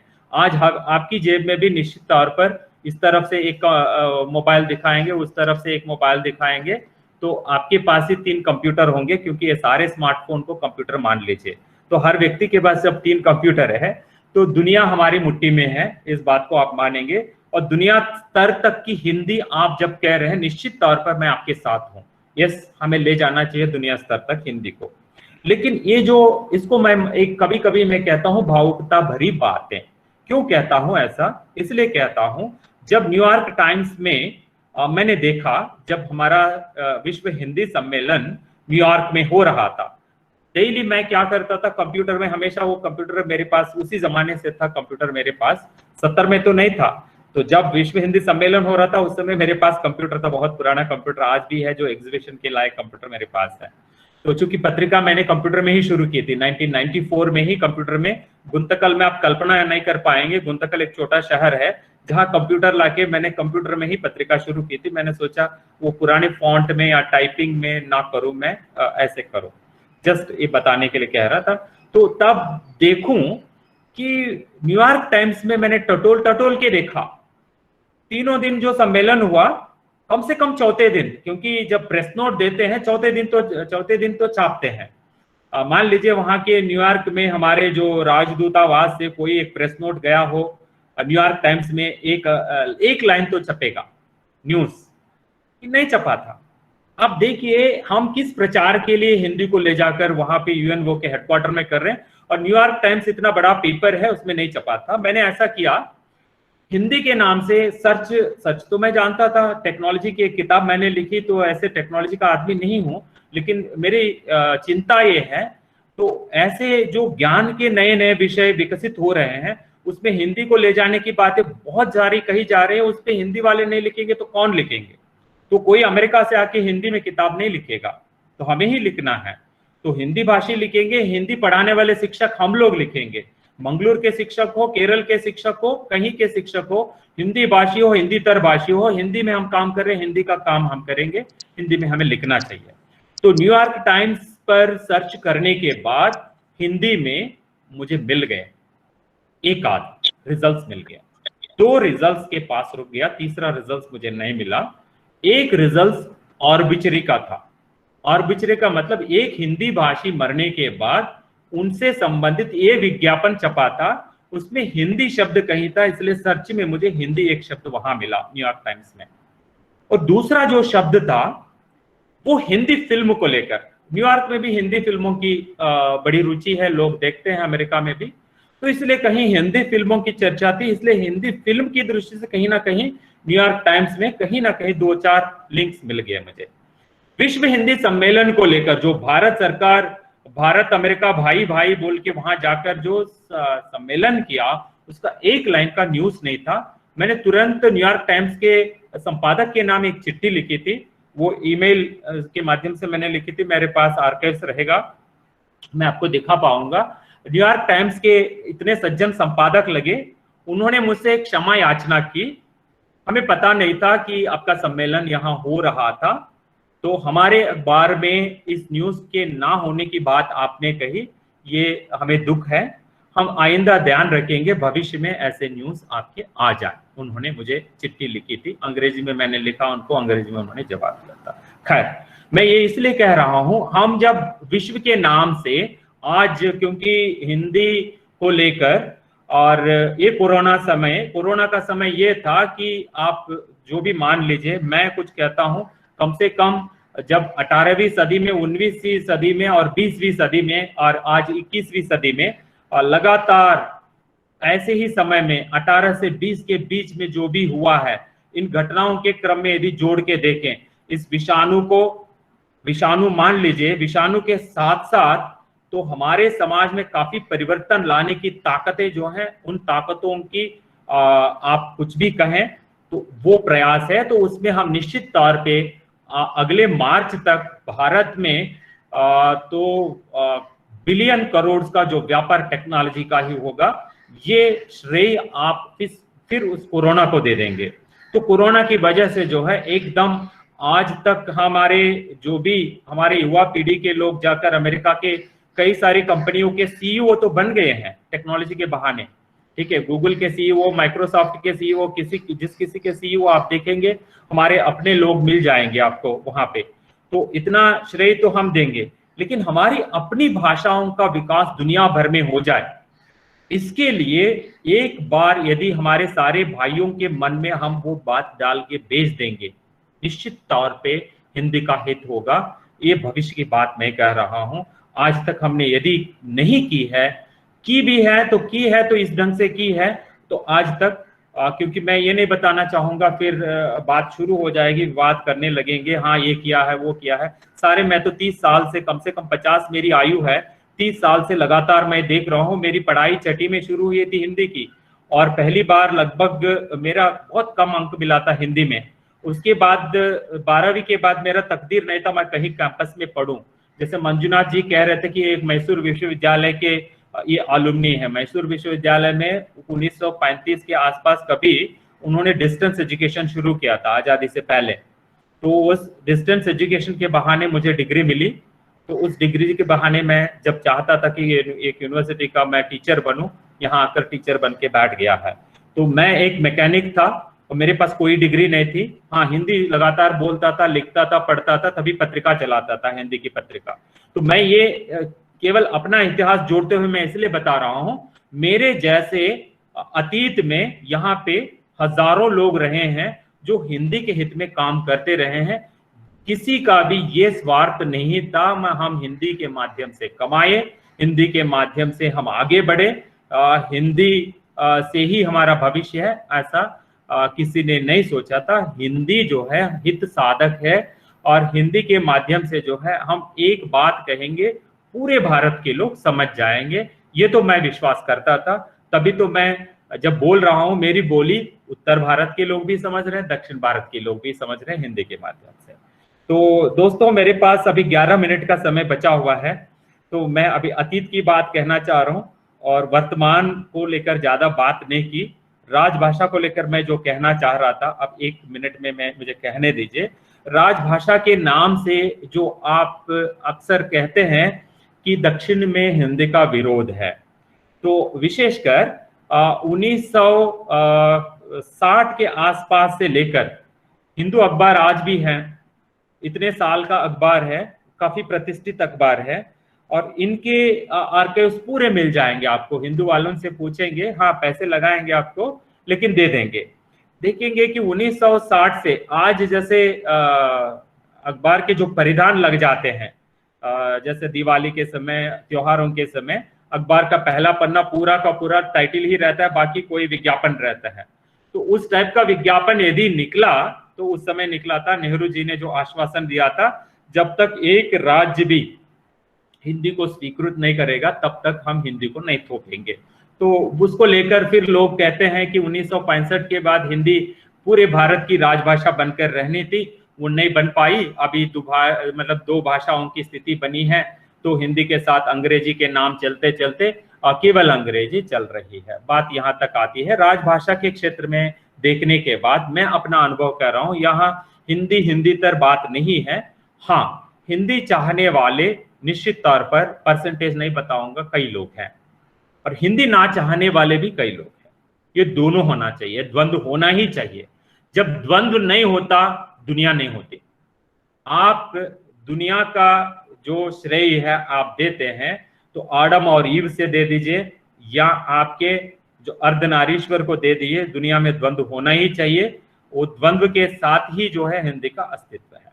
तो बस, क्योंकि यहाँ द्वंद्व को लेकर कुछ नहीं बोलना चाह रहा हूं मैं, लेकिन हिंदू अखबार में आप देखेंगे आए दिन एक न्यूज मिल जाता है, बहुत बड़ा न्यूज मिल जाता है। आप चाहे तो कल 2 दिन पहले देखिए, मदुरई के एक विधायक ने कहा, सांसद, क्षमा कीजिए, एक सांसद ने कहा, तो राजभाषा नियम जो है तमिलनाडु पे लागू नहीं है, तो फिर कैसे थोपा जा रहा है। किसी सवाल के लिए एक मंत्री ने, केंद्रीय मंत्री ने उनको जवाब हिंदी में दिया, इसके लिए एक बड़ा न्यूज बन गया था। तो राजभाषा को लेकर ऐसे न्यूज तो चपते रहेंगे। वास्तव में राजभाषा के नाम से सरकारी भाषा के रूप में उसको चलाना था। इसके इतिहास को आप सब जानते हैं, क्योंकि मेरे पास 8 ही मिनट बचा हुआ है, तो इसलिए वो सारे तर्क ना देते हुए मैं कहना चाहूंगा। तो राजभाषा के नाम से जितना विरोध होता गया, 14 सितंबर से राजभाषा के रूप में उसको स्वीकृति मिली और उस दिन को मनाते हैं। अगले दिन 15 तारीख जो है अन्नादुराई का जन्मदिन है, और अन्नादुराई ने 1962 में जो है संसद में उन्होंने हिंदी को लेकर जो बात कही थी, और वो सारे आर्काइव्स आप पढ़ेंगे, क्योंकि मेरी रुचि थी कि मैंने संसद के सारे आर्काइव्स पढ़ लिया, क्या सदन में क्या हुआ था उस समय, चर्चा क्या हुई थी। तो वैसे अन्नादुराई विरोधी नहीं थे हिंदी के, वास्तव में विरोधी नहीं थे, लेकिन जो स्थितियां उनको हुई वहां पे, इससे उन्होंने कहा नहीं, हम लोग नहीं मानेंगे। तो बहुत बड़े विद्वान थे, अंग्रेजी तो जोरदार बोलते थे। और मैं देखता हूं जब कल परसों मेरे एक मित्र ने इसी कोरोना काल में बुलाया था हमें चर्चा के लिए, तो वो उत्तर के मित्र है, दक्षिण में रहते हैं, दक्षिण से फिर जाकर उत्तर में काम कर रहे हैं, और शादी दक्षिण से केरल से ही की है। तो अच्छा हुआ कि चर्चा शुरू हुई, उत्तर से दक्षिण से कई लोग जुड़ गए, केवल सीमित लोग 10 लोग ही जुड़कर हम चर्चा करते रहे। उसमें चर्चा का मुद्दा यह था, उत्तर प्रदेश में हिंदी में अनुत्तीर्ण विद्यार्थियों को लेकर 10वीं में या 12वीं में इतने सारे हजारों, मतलब लगभग 15-20% जो बच्चे अनुत्तीर्ण हो गए विद्यार्थी, इस बात को लेकर जो अखबारों में छपा था उसको लोग चर्चा करने लगे। तो मैंने ये कहा कि अपनी बात रखते हुए वहां पे, तो आज रोजगार की दृष्टि से, तो 1950 से हो या उससे पहले 200 साल तक हमारा जो अंग्रेजी का जो यहाँ प्रसार रहा है, और अब भी रहा है, अब भी हो रहा है, और राजभाषा के रूप में हिंदी जब केवल वहां पे अनुवाद की भाषा बनकर रह गई है, तो ये उत्तर हो दक्षिण हो, सच्चाई ये है, कहीं ये नहीं है निष्ठावान कोई नहीं है, जो निष्ठावान है 4 दिन रहेगा, उसका वो रिटायरमेंट हो जाएगा, वो निकल जाएगा, उसके बाद जो बाबू लोग रहेंगे वो अपनी जगह रहेंगे। तो हिंदी की वो हित साधन जो है केवल राजभाषा से नहीं होने वाला है। तो मान लीजिए जहां मैं रहा, तो वहां अपने कार्यालय को, अपने शहर को नंबर 1 तो बना दिया था हिंदी के नाम से, ठीक है। जहां से ये जो हिंदी विरोधी आंदोलन शुरू हुआ था उसी शहर में था, मैं जानबूझकर उस शहर का चयन किया, वहीं गया था, कोयम्बतूर शहर में। तो वहां विवोसी पार्क में 1964 में कई लोग, 3-4 लोग खुदकुशी करके मर गए थे, वहीं से हिंदी का बहुत बड़ा आंदोलन शुरू हुआ था। ये बातें मैं इसलिए कहना चाह रहा हूँ, ना मैं अपना बड़प्पन कहना चाह रहा हूँ, कुछ नहीं, मैं हिंदी का हित चिंतन जो कहना चाह रहा था, हिंदी का हित चिंतन हमारे हाथों में है। हम कभी भावुक ना हो, हम उस ढंग से काम करें, किसी योजना के लिए काम ना करें। मैं चाहूंगा केंद्रीय हिंदी निदेशालय का जो हिंदीतर भाषी हिंदी सेवी पुरस्कार या हिंदी भाषी पुरस्कार या हिंदी रचनाकार पुरस्कार, वो पुरस्कार हिंदी में जो दक्षिण से काम कर रहे हैं उनके लिए अपमानजनक पुरस्कार मैं मानूंगा। कारण ये है, इसमें एक संवेदना है, मैं कहूंगा, देखिए आप इस पे आ जाइए आप चाहे तो। अब हिंदी यदि अखिल भारतीय भाषा है, और दक्षिण में आप, आश्चर्य होगा आपको, केरल में आप जाइए, केरल में जितने विद्यार्थी हैं हिंदी के, केरल में इतने जितने शोधार्थी है, केरल के जितने कॉलेजेस में हिंदी पढ़ाई जा रही है, किसी हिंदी की जो आज के स्कीम्स हैं उसके तहत ये लोग नहीं पढ़ा रहे हैं। मैंने कहा कि 1932 में ही केरल में किसी ने एक पत्रिका शुरू की, वो कहीं अंदर केरल के कहीं बीचों बीच वाले प्रदेश से, जिसका हिंदी से लेना देना से नहीं था। तो आजादी आंदोलन के दौर में प्रेरित होकर उन्होंने अपनी पत्रिका शुरू की थी, हिंदी मित्र पत्रिका। अब जाकर इतिहास को देख लीजिए, 300 से ज्यादा पत्र पत्रिकाएं दक्षिण से प्रकाशित हुई हैं, उसमें हिंदी मित्र की जब मैंने बात शुरू की, यहाँ मैत्री से ही आप लोग जुड़े हैं, यहाँ पर जो हमारी बातें हो रही है उसी मैत्री को लेकर बातें हो रही है, और हिंदी के हित को लेकर मैं जो कह रहा हूँ। मेरे पास जो 4 मिनट बचे हैं भविष्य के लिए काफी है, तो इन 4 मिनटों में मैं बात को इस ढंग से कहना चाह रहा हूँ, हम भविष्य को लेकर, हम भविष्य के वक्ता इस ढंग से ना बने कि भविष्य में हिंदी की स्थिति ये होगी, वो होगी, ये करना है, वो करना है। जो करना है हमें करना है, मैं ये मानता हूँ। किसी योजना की जरूरत नहीं है, मैं ये कहना चाहूंगा, क्योंकि मेरा काफी अनुभव हो चुका है। तो मैंने जब पत्रिका शुरू की थी, जब बंद कर रहा था, तब मेरे पास केंद्रीय हिंदी निदेशालय से एक चिट्ठी आई, उसमें कहा कि अमुक योजना के तहत हम आपकी पत्रिका के 200 अंक खरीदना चाह रहे हैं, इसलिए निर्वात दीपे किमुतैन दालम, जो दीप मर रहा है ना, बुझ रहा है, उसमें आप तेल डालना चाह रहे हैं। क्या होगा पता है? निर्वात दीप में जो दीप बुझ रहा है उसमें तेल डालेंगे, वो बुझ ही जाएगा। तो हिंदी की स्थिति भी ये है वास्तव में, तो निर्वात दीप है ये वास्तव में। आप देखिए, आज हमारे पास राष्ट्रीय शिक्षा नीति है जो कल परसों जिसको जारी किया था, इसमें प्राथमिक शिक्षा से लेकर हिंदी को और भारतीय भाषाओं को आगे बढ़ाने की जो बात है उसको मैं मानता हूं। क्योंकि हमारी भाषाओं को आगे बढ़ाने में ये नीति निश्चय ही सहयोगी है। लेकिन उच्च शिक्षा में कहीं भी भारतीय भाषाओं को लेकर आपको आश्वासन नहीं है। तो फिर वही स्थिति, वही अंग्रेजी। तो यदि उसी अंग्रेजी में आपका विश्वास है तो फिर क्यों कहेंगे हिंदी की बात को लेकर, फिर क्यों जाएंगे आप अमेरिका, फिर क्यों जाएंगे आपके विश्व हिंदी सम्मेलन करेंगे। भविष्य आपकी हिंदी की ऐसे नहीं है, आप जाकर वैसे प्रचार करेंगे, उससे नहीं है। आप विश्वास कर रहे हैं मैनेजमेंट पर, आप 4 वर्षीय डिग्री पढ़ाना चाहते हो, उसमें मैनेजमेंट कोर्सेस हर किसी के साथ, बीए और एमबीए, हमारे विश्वविद्यालय में भी चर्चा शुरू हो चुकी है। बीए जो हिस्ट्री पढ़ेगा, हिस्ट्री मैनेजमेंट जोड़ेगा, वो व्यापार करना सीखेगा। तो हिंदी के साथ यदि आप व्यापार करना सीखेंगे, निश्चय ही होगा। जब 1990 में जब गल्फ वॉर हो रहा था, मैं उस समय मैकेनिक था और मैं बस के नीचे मैकेनिक के रूप में काम करता था। बस ठीक करूं तभी बस जो है बाहर चला जाता था। लेकिन उस समय आपको पता है गल्फ वॉर के समय तो जो तेल का यहाँ पे बिल्कुल आयात नहीं हो पा रहा था, और हम लोग ये करते थे कि जब तक 50 सीटें नहीं भरेंगे बस में, बस को नए आगे बढ़ाते थे। तो वो मैनेजमेंट प्रिंसिपल था कि जो तेल का एक बूंद भी नुकसान नहीं होना चाहिए, वहां पे तेल का एक बूंद नुकसान हो जाएगा तो फिर अगले दिन हमारे पास तेल नहीं है, कैसे चलाएंगे। तो इसलिए होता था। उस समय मैं मैकेनिक था और आपको पता है उस समय बुश महाशय ने और बाकी जो भी महाशयों ने और जो भी किया, अमेरिका में अनिवार्य बना दिया या मतलब पैसे देके हिंदी पढ़ाना शुरू किया था। क्यों शुरू किया था आपको पता होगा, आप देखेंगे तो उनके जो टावर को 2000 में गिरा दिया गया 2 आतंकियों ने, उनकी भाषा हिंदी से मिलती जुलती भाषा थी। तो सोचा कि हम अपनी सुरक्षा के लिए हिंदी सीखे, तो कहा कि अमेरिका में सबको हम हिंदी सिखा देंगे। तो इससे बड़ा क्या फायदा था आपको, अमेरिका में हिंदी सिखाने के लिए लोग तैयार हो गए, हम सिखाने के लिए चले जाते अमेरिका भर में जाते।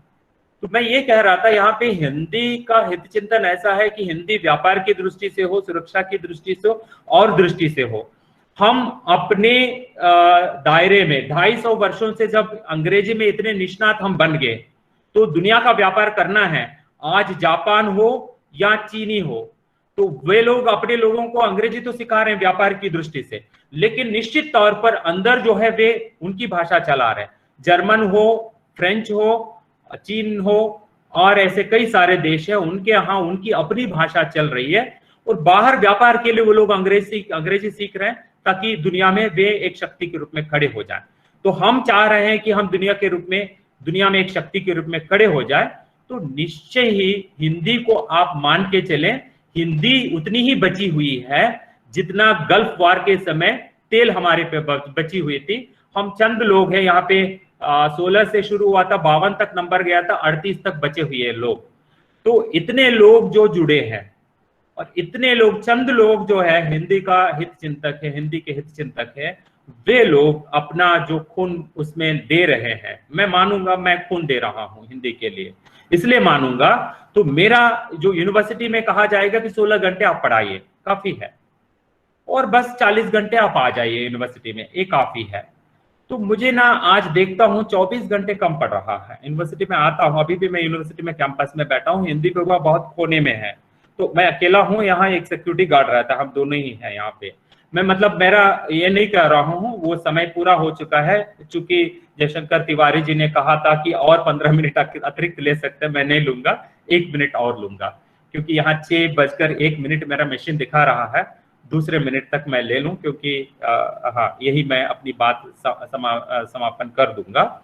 मैं ये कह रहा था कि हम लोग, जो चंद लोग वास्तव में हिंदी को लेकर तड़प रहे हैं, तो हमें इस दृष्टि से काम करना चाहिए, नीतियां अपनी जगह रहें। सरकार जो नीतियां बनाए, जैसे शिक्षा नीति है, तो मैं कह रहा था कि मैं रूट गया था, कई बार नहीं जाना था मुझे, लेकिन गया था, किसी के कहने पर मैं गया था मॉरिशस में। वहां पे विश्व हिंदी सम्मेलन की स्मारिका लेकर आप एक बार देखिए। उस स्मारिका में जो यूजीसी के चेयरमैन का एक लेख छपा हुआ है। सम्मेलन की स्मारिका ऑनलाइन में भी है, किसी को चाहिए तो पूछिए, मैं भेजूंगा। उसमें पढ़िए, हिंदी या भारतीय भाषा माध्यम यदि उच्च स्तर पर चलाना हो, हमें विचार विमर्श करना है, उन्होंने कहा है। उससे पहले 2016 में मुझे याद है जनसत्ता के संपादकीय पृष्ठ में मेरा भारतीय भाषाओं का हित कैसा होना चाहिए मेरा एक लेख छपा हुआ है, आपको मिल जाएगा। मार्च 6 तारीख या 5 तारीख आप एक बार देख लीजिए, जनसत्ता दिल्ली में छपा हुआ है, वो लेख एक छपा है। ये दोनों को जोड़कर मैं बात करना चाहता हूं। मैं एक छोटे विश्वविद्यालय में एक असिस्टेंट प्रोफेसर हूं, वहां यूजीसी के चेयरमैन है। उन्होंने विश्व हिंदी सम्मेलन की स्मारिका में उस बात को लेकर लिखी है, और वहां पे उस बात को लेकर कोई सेशन नहीं था।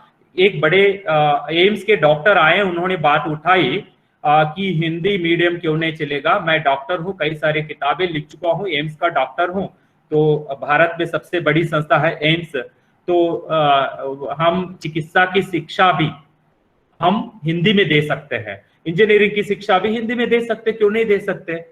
अब बात शुरू होगी तो बात आएगी फिर कि किताबें नहीं है, वो नहीं है, आएंगी जरूर किताबें, हम सब लोग हैं, लिखेंगे, निश्चित तौर पर कर पाएंगे। बस ऐसे गंगा कावेरी व्याख्यान माला जैसे ऐसे जो संगम बने, उत्तर दक्षिण के लोग जुड़कर यदि काम करें, मैं कुछ दुनिया भर के लोगों को जोड़कर काम कर रहा था, शायद कल मंजुनाथ जी आए होंगे, तो दूसरा 1 मिनट और ले रहा हूं क्षमा चाहते हुए। देखा होगा मंजुनाथ जी ने कि अपभ्रंश के नाम से जो कक्षा चला रहा था, उसमें विदेशी विश्वविद्यालय जो 35 विश्वविद्यालयों के शिक्षक और छात्र जुड़े हैं।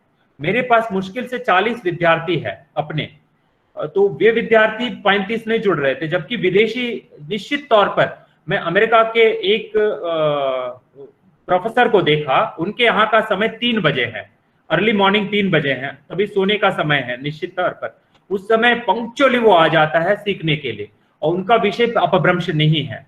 तो भारतीय विषयों को लेकर, भारत की भाषाओं को लेकर, अतीत को लेकर यदि इतना काम करने के लिए, इनमें भविष्य को देखने के लिए जब विदेशी लोग आपकी तरफ देख रहे हैं, तो हम अंग्रेजी में भविष्य को देख रहे हैं। अंग्रेजी तो सीख चुके हैं, अब अंग्रेजी में भी काम चलाते रहेंगे, लेकिन जब भारतीय भाषाओं को हित को लेकर, जब भारतीय शिक्षा नीति या राष्ट्रीय शिक्षा नीति में बात कही गई, आप एक एक शिक्षक अपने छात्रों को अपनी भाषा के माध्यम से और हिंदी के माध्यम से उच्च शिक्षा देंगे, और उनमें से कम 100 छात्रों में से एक से ऐसा काम लेंगे कि आप हिंदी के हित में और भारतीय भाषाओं के हित में काम कीजिए, निश्चित तौर पर हिंदी का हित होगा। मैं भविष्य इसमें ही देखता हूं, किसी सरकारी योजना में मेरा विश्वास नहीं। मैं जिस बात को कह रहा था हिंदीतर भाषी हिंदी लेखक पुरस्कार, क्योंकि इसमें भी बहुत भेदभाव कैसा है पता है, वो एक पुरस्कार है, उसका नाम ही गलत रह गया। और उत्तर प्रदेश मान लीजिए, वहां पे एक पुरस्कार ऐसे देते हैं उत्तर प्रदेश के जो हिंदी संस्था है कि सद्भावना पुरस्कार जैसा एक पुरस्कार देते हैं। बाकी हिंदी प्रदेशों में ऐसी संस्थाएं कई सारे हैं, हिंदी वालों को पुरस्कार मिलते हैं। दक्षिण भारत में आइए, आपके केरल में कहाँ है, और आपके कर्नाटक में कहाँ है, तमिलनाडु में कहाँ है, आंध्र में एक है जरूर, आंध्र और तेलंगाना में एक हिंदी समिति है जिसको आप हिंदी अकादमी कहेंगे। तमिलनाडु में है तो वो हिंदी अकादमी सरकारी नहीं है, प्राइवेट है। आजादी से पहले हिंदी अखबार भी आप देखेंगे, हिंदी पत्रिका भी देखेंगे तमिलनाडु सरकार की, चाहे तो आप देखिए है, तमिलनाडु सरकार की हिंदी पत्रिका है। अब भी चाहे तो आप देखेंगे हिंदी माध्यम में भी पुस्तकें मिल जाएंगे, चाहे तो तमिलनाडु सरकार की। ये वास्तव में जो भी विरोध की बातें करते हुए हम बैठेंगे तो केवल यही गलियारों में भटकते रहेंगे। हमें भविष्य की ओर देखना है, भविष्य हमारे हाथों में है, हम उसका श्रेय लें, हम काम करें, निश्चित तौर पर हिंदी का हित उसी में है। तो मुझे कल, आज और कल हिंदी की स्थिति को लेकर, हिंदी के हित को लेकर बोलने के लिए गंगा कावेरी व्याख्यान माला के तहत लाल बहादुर शास्त्री महाविद्यालय के नाम से स्थापित उत्तर प्रदेश के एक महाविद्यालय और कर्नाटक में पोम्पाई महाविद्यालय और मंगलूर के विश्वविद्यालय के तमाम शिक्षकों के सहयोग से कई सारे विद्वान, कम से कम 37 लोग लगातार मुझे सुनते रहे, तो इसके लिए मैं आप सबके प्रति श्रद्धा वनत हूँ। मैं इतना चाहूँगा, निश्चित तौर पर आपको बीच में मुझे सुनते हुए कुछ गुस्सा आया होगा, कहीं ना कहीं आपका थोड़ा सा जो ब्लड प्रेशर है बढ़ा होगा या घटा होगा, लो प्रेशर हाई प्रेशर भी हुआ होगा, तो थोड़ी देर एक लोटे भर पानी पी लीजिए, उसके बाद मुझसे कुछ भी बात कीजिए। मैं बस मैं ऐसा नहीं कहूँगा मैं कोई हिंदी का बड़ा योद्धा हूँ, मैं उसमें विश्वास करता हूं, आप जिस बात पर विश्वास करते हो उस पर काम करते जाइए, बस इतना मेरा विश्वास है। मैं चाहूंगा कि मैं अब किसी दुनिया के या किसी इंडिया के किसी भारत की योजनाओं पर मेरा विश्वास नहीं है, व्यक्तियों की योजनाओं पर विश्वास है। आपके दिमाग में है, मंजुनाथ के दिमाग में, जयशंकर तिवारी के दिमाग में जो बात थी, तभी ये संगम बना, तभी ये योजना चल रही है। ये योजना चाहे तो उस समय तक चलती रहेगी जिस समय तक कम से कम उस शब्द का प्रयोग नहीं करना चाहिए, दोनों 100-100 साल रहेंगे, तब तक चलती रहेगी योजना। तो लेकिन चलनी चाहिए तो क्योंकि जब युगमानस मैंने कहा तो मुझे मेरे बच्चों ने और मेरी मिसेस ने ये कहा, जब तक आप जीवित रहेंगे आपके मरने के बाद भी युगमानस जीवित रहेगा। मतलब मेरे घर पर जो मुझे भरोसा है, किसी सरकारी योजना पर मुझे भरोसा नहीं है। मैं किसी योजना के लिए, किसी पीबीआईएस पॉइंट्स के लिए, एपीआई स्कोर के लिए कुछ नहीं किया। 1994 की बात है, 1989 से मैंने बात शुरू की। दक्षिण की यही स्थिति है, मंजुनाथ की यही स्थिति है। सो दक्षिण की यही स्थिति है और उत्तर दक्षिण के साथ जुड़ा है, हिंदी का निश्चय ही हित है। तो मैं चाहूंगा आपके गंगा कावेरी जो सहयोग बना, वैसा सहयोग विश्व भर के सहयोग निश्चित तौर पे सही सहयोग बने और इसका हिंदी का हित हो। धन्यवाद। अपनी बात यहीं विराम देना चाहता हूं। आप सबके प्रति मैं परम आभारी।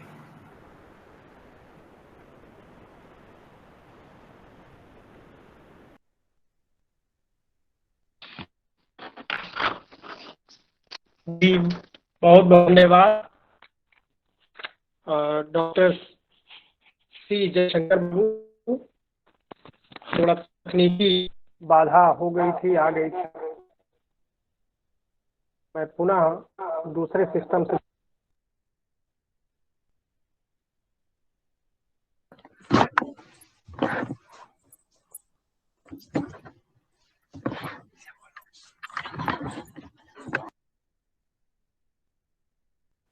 हाँ हाँ बोलिए तिवारी जी। जी, आवाज मेरी जा रही है? हाँ आ रही है, बोलिए बोलिए। जी, बहुत बहुत धन्यवाद आज के मुख्य वक्ता डॉक्टर सी जयशंकर बाबू जी ने। बहुत ही समय, चूंकि ये विषय इतना बड़ा है कि इस विस्तृत विषय को उन्होंने लगभग 1 घंटे से कुछ आसपास उन्होंने जितना सुव्यवस्थित ढंग से इसे प्रस्तुत किया है। आज हम गंगा कावेरी व्याख्यान माला के आयोजक मंडल की ओर से आपके प्रति अपना आभार व्यक्त करते हैं। बड़ा व्यापक संदर्भ है, हिंदी इस महादेश की एक बृहत्तर भाषा है। बड़े पैमाने पर इसको जो है न केवल संस्कृति का आधार है, बल्कि ये हमारे विचार विनिमय का माध्यम है। उसके विभिन्न पहलुओं पर आज आपके द्वारा हमारे जो हमनाम हैं, पांडिचेरी यूनिवर्सिटी में हैं, उनके द्वारा बात प्रस्तुत की गई है। लाल बहादुर शास्त्री महाविद्यालय के हिंदी विभागाध्यक्ष और हमारे आदरणीय गुरुवर डॉक्टर शैलेंद्र नाथ मिश्र सर की योजना, उनकी प्रेरणा के अनुरूप ये कार्यक्रम गतिमान है। महाविद्यालय की प्राचार्य महोदया डॉक्टर वंदना सारस्वत जी और पोम्पे कॉलेज एकला मंगलुरु के प्राचार्य डॉक्टर पुरुषोत्तम केवी जी और हमारे मित्र डॉक्टर ए मंजुनाथ जी, जो मंगलुरु विश्वविद्यालय हिंदी अध्यापक संघ विहास के अध्यक्ष हैं। सभी प्रतिभागी बंधुओं का मैं सभी की ओर से, आयोजक मंडल की ओर से सभी के प्रति आभार ज्ञापित करता हूं। और इस वक्तव्य से संबंधित अगर किसी की कोई जिज्ञासा है, कोई प्रश्न है, तो मैं प्रश्न भी आमंत्रित करता हूं। डॉक्टर उषा पाठक मैडम जो लखनऊ से हैं, एसोसिएट प्रोफेसर हैं, उन्होंने कुछ प्रश्न पूछने की इच्छा जताई है। मैं उनको सादर प्रश्न पूछने के लिए आमंत्रित करता हूं। वो अपना माइक ऑन कर लें और जो भी प्रश्न है वो पूछ सकती हैं।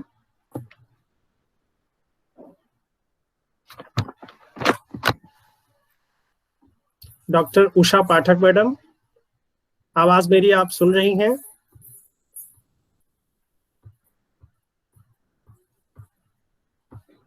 और जो है आप में से कोई साथी अगर इस विषय से संबंधित, वक्तव्य से संबंधित कोई सवाल अगर आप पूछना चाहते हैं तो आप पूछ सकते हैं।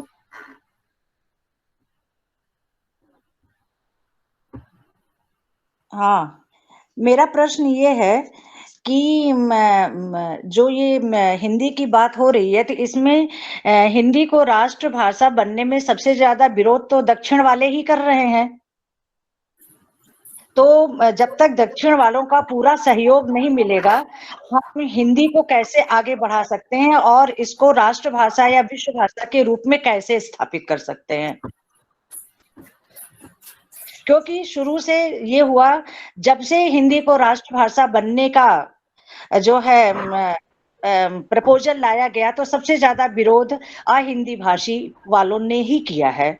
तो इसका निश्चित रूप से हम सभी जो है सुधी जनों को, जो हिंदी के भविष्य को सोच रहे हैं, जो हिंदी के बारे में सोच रहे हैं, जो हिंदी की दशा और दिशा के बारे में सोच रहे हैं, उन सबको मिलके एक मुहिम चलानी होगी कि जिससे सभी प्रांतों के लोग मिल बैठ करके इसके बारे में कोई सही निर्णय ले, जो हम चाह रहे हैं। जैसे अभी राष्ट्रीय शिक्षा नीति भी आई, उसमें भी हिंदी के लिए कुछ ऐसा प्रोग्राम मुझे दिखाई नहीं पड़ रहा है। तो सिर्फ सोचने से, बोलने से या सेमिनार करने से या अपने विचार रखने से ये प्रश्न हल नहीं होगा। इस प्रश्न का मुझे उत्तर चाहिए। आदरणीय उषा पाठक जी, आपके सवाल का निश्चित तौर पर मैं तहे दिल से स्वागत करता हूं, और केवल मंजुनाथ जी ने मुझे बुलाया इसलिए मैं इधर नहीं आया, और मुझे लगा कि उत्तर दक्षिण वाले एक साथ बैठे, इसमें मुझे निश्चित तौर पर बोलना है, इसलिए मैं आया हूं। और आजकल मेरी संगोष्ठियों में इंटरेस्ट जा चुकी है। मंजुनाथ जी को पता है, पौंडीचेरी यूनिवर्सिटी में हमने कोई हिंदी का सेमिनार नहीं चलाया था। एक दोस्त ने कहा परसों किताब रिलीज करना है, उस बहाने मैंने एक सेमिनार किया, फिर वो सिलसिला जारी हुआ। लेकिन ऑनलाइन में तो मैं हमेशा सक्रिय रहता हूँ, फिर फेसबुक में नहीं जाता, ऐसे वैसे में नहीं जाता, दूसरी दृष्टि से। अब आपके सवाल पर आ रहा हूँ। आपके नाम में संयोग से उषा है, तो मैं प्रकाश वहां डालूं। तो सचमुच जो आपने सवाल किया, निश्चित तौर पर अच्छा सवाल है। आपको एक विद्यार्थी के रूप में मैं कहना चाहूंगा, जरूर आप भी हमारे जैसे शिक्षिका हैं, तो उषा जी, आप जैसे किसी भी दुनिया की जीके की कोई पुस्तक ले लीजिए, या दुनिया के किसी भी देश में जाकर देखिए, भारत की कौन सी भाषा है, मतलब भारत के संबंध में परिचयात्मक कुछ लेख आप पढ़ेंगे, भारत की भाषा के रूप में हिंदी को लिखते हैं। मतलब हिंदी की अस्मिता दुनिया में है निश्चित तौर पर। आप भारत में छपने वाली पुस्तकों में भी देखिए, चाहे तो जो भी आप मनोरमा ईयरबुक उठा लीजिए, उसमें दुनिया का परिचय दिया जाता है, सभी देशों का परिचय, 200 देशों का परिचय मिलता है। हर देश के नाम के साथ उसकी भाषा और उसकी भौगोलिक वो सारी चीजें, उसमें इतिहास सब होता है। उसमें एकदम भारत का नाम भी लिखे, वो लोग प्रचलित भाषाओं में हिंदी का ही नाम लिखेंगे, बाद में ही चाहे तो एक दो नाम लिखेंगे, अन्यथा नहीं। जबकि भारत की भाषाओं के संदर्भ में जो मतलब इसकी गणना की गई थी 1960-70 के बीच में, और आज की भी गणनाएं हैं, तो आज भाषाएं मरी हुई भाषाओं की बात कही जा रही है, लेकिन 1652 भाषाएं यदि हैं, तो भारत के जो पिछले 10 साल पहले जो आबादी ली गई थी, उसके अनुसार 125 करोड़ लोग भारत के नागरिक माने जाएंगे। इसमें कोई हिंदी भाषी हो या हिंदीतर भाषी हो, जैसे आपने कहा हिंदी, जो भी हो, सबके सब भारतवासी माने जाएंगे, भारत के नागरिक माने जाएंगे, भाषा उनकी अपनी कोई भी हो। अब हिंदी को राष्ट्रभाषा की जो बात है, भारत के संविधान को लेकर, जो मैंने कहा, संविधान सभा में जो भाषा से संबंधित जो व्यक्ति था वो हिंदीतर भाषी था, आप चाहे तो देखिए उसमें, और उन्होंने ही इसका प्रस्ताव किया हिंदी होना चाहिए, हिंदी राजभाषा का नाम दिया। संविधान के पन्नों में कहीं भी ऐसा शब्द नहीं है राष्ट्रभाषा जैसा शब्द। और चूंकि मैं टेक्नोलॉजी का ज्यादा यूज करता हूं, मैं इमीडिएटली वो ले लेता हूं टेक्स्ट, तो उसमें संविधान का टेक्स्ट लेके हिंदी में ढूंढूंगा राष्ट्रभाषा शब्द, उसमें नहीं मिलेगा। और उसमें नेशनल लैंग्वेज का शब्द ढूंढूंगा, उसमें भी नहीं है अंग्रेजी में। मतलब संविधान के टेक्स्ट में हिंदी वर्जन में, अंग्रेजी वर्जन में मैं जब इन दोनों शब्दों को डालकर क्रमशः ढूंढता हूं, ये शब्द नहीं है। संविधान में एक ही शब्द का उल्लेख है, तो ये है राजभाषा। तो विरोध की जो बात शुरू है 1960 के बाद ही शुरू हुई है। 1950 से पहले आप देखेंगे तमिलनाडु सरकार की अपनी पत्रिका थी हिंदी की। आप चाहे तो देखिए, ये सब इतिहास में कोई नहीं लिख रहे। अब भारत की हिंदी पत्रकारिता के इतिहास में कोई ऐसा लिखता नहीं, कोई लाल ऐसा नहीं है कि तमिलनाडु सरकार की हिंदी पत्रिका थी। लिखना ये भी चाहिए, मैं कहूंगा, नहीं तो यही तेवर रहेगा कि बस हिंदी का विरोध है दक्षिण में। गलत है ये, कि 1950 तक कोई ऐसा विरोध यदि नहीं था, तो बाद में जो विरोध आया है वो सब राजनीतिक अस्तित्व का विरोध है। तो निश्चित तौर पर ऐसा विरोध चलता ही रहेगा। निश्चित तौर पर हम आप नहीं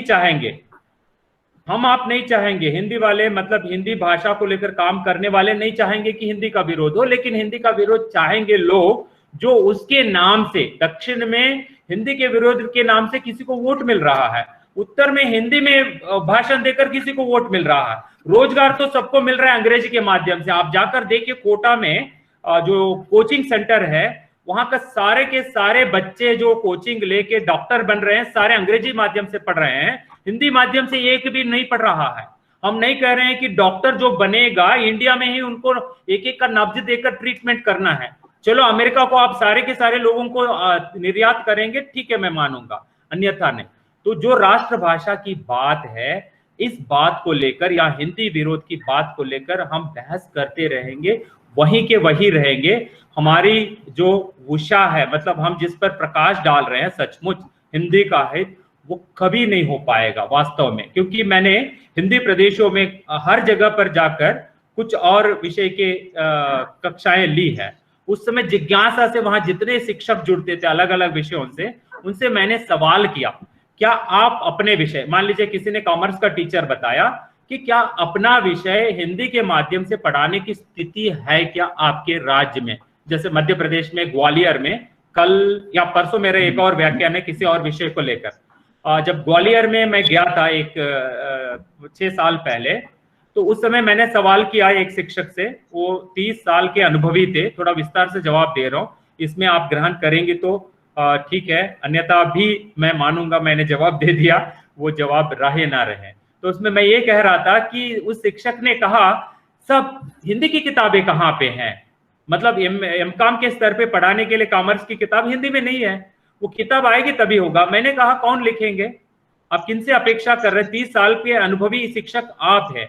तो हम लोग आए दिन हिंदी को लेकर, क्योंकि दक्षिण में तो एकदम ये तो मिंटिंग है कि जब आप हिंदी का विरोध करेंगे कुछ जगह में वोट मिलेंगे, कुछ जगह, कर्नाटक में नहीं मिलेंगे, लेकिन कर्नाटक में भी कहीं कहीं ऐसे करते हैं।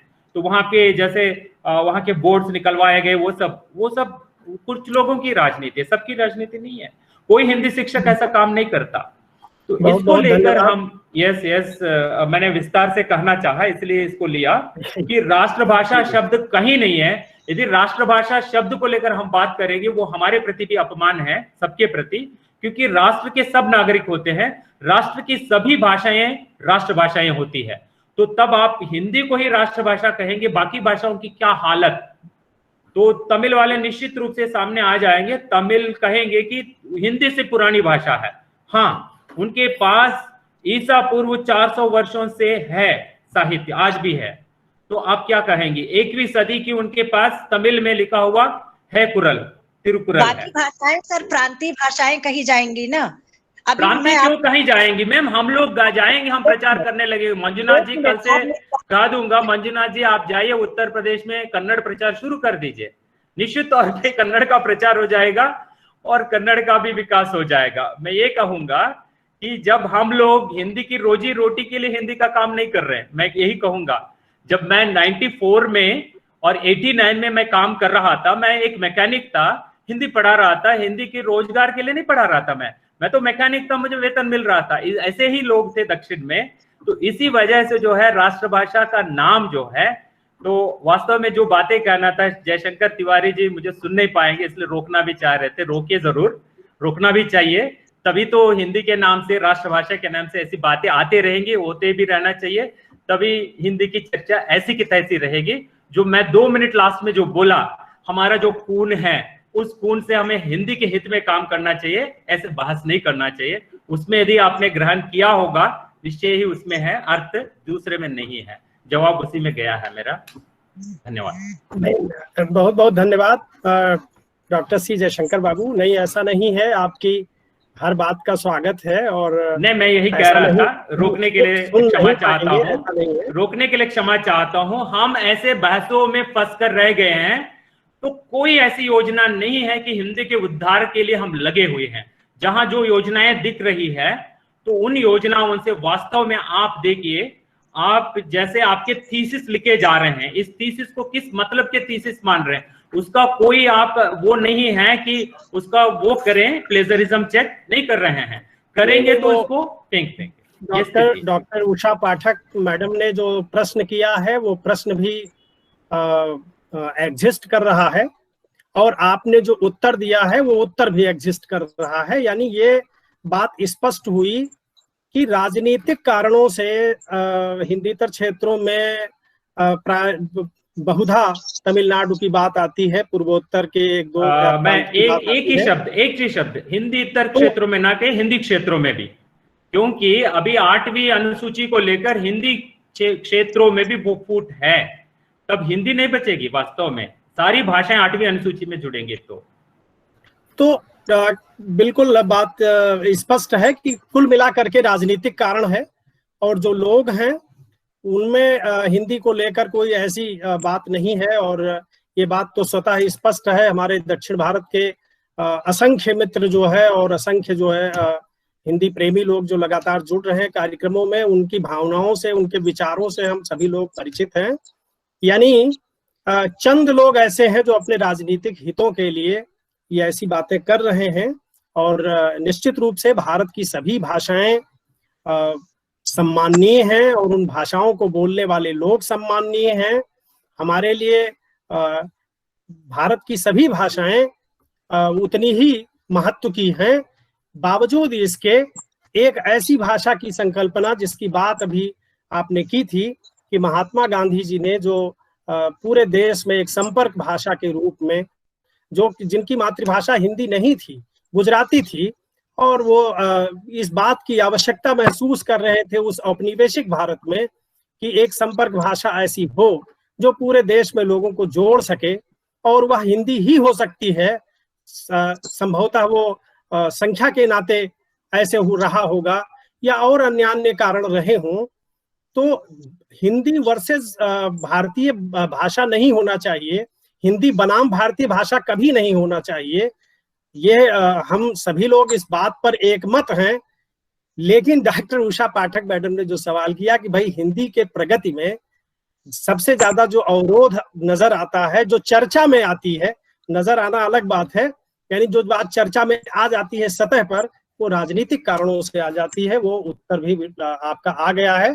बहुत बहुत धन्यवाद आपको। और कोई तिवारी जी जी हाँ, डॉक्टर मंजुनाथ जी। उषा पाठक मैडम जी ने जो सवाल किया था, उसके लिए जवाब के रूप में मैं अपनी बात भी कुछ मतलब जोड़ना चाहता हूँ। स्वागत है। जैसे कि मैडम ने कहा कि हिंदीतर प्रदेश के लोग हिंदी का विरोध कर रहे हैं, तो यह हिंदी का इतिहास देखेंगे तो हमें यह पता चलता है कि हिंदी को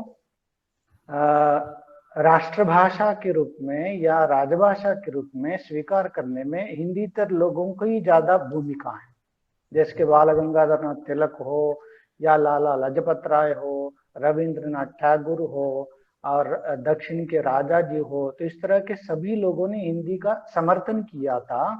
मगर हिंदीतर के लोगों ने इसका समर्थन किया था। तो हिंदी के लोगों को इसे थोड़ा समझने की आवश्यकता मैं मानता हूँ। निश्चित रूप से आप की बात में सच्चाई है, और इसमें कोई दो राय नहीं हो सकती है। निसंदेह ये सत्य है। और हमारे कोई प्रतिभागी साथी तिवारी जी एक बात मैं कहूं, कि मैं तो मतलब विश्व के कई देशों में मैं गई भी हूँ। अभी मैं बिफोर लास्ट ईयर मैं चाइना गई थी, हांगकांग, मकाऊ और भी उसकी तमाम कंट्रीज मतलब मैंने घूमे। तो वहां पर मैंने देखा एक चीज जो मुझे मतलब बहुत अच्छी लगी, जो अप्रिशिएट करने के लायक है। वहां पर उनकी जो मातृभाषा है उसके अलावा उनको कोई लैंग्वेज नहीं आती है। वहां पे हम लोगों को इतनी प्रॉब्लम हुई, जैसे हम लोग सोचते हैं कि अंग्रेजी एक संपर्क भाषा के रूप में विश्व के हर देशों में काम में आएगी, ठीक है, लेकिन वहां पे लोगों को ना हिंदी आती थी ना इंग्लिश आती थी। वो कहते थे आई हेट इंग्लिश। बोले हमारे यहाँ कोई बच्चा इंग्लिश नहीं पढ़ता है, सिर्फ और सिर्फ उनको वहां की मंडेरियन भाषा उनको आती थी। और मतलब हम लोगों को इतनी प्रॉब्लम हुई अपनी बात को कहने के लिए।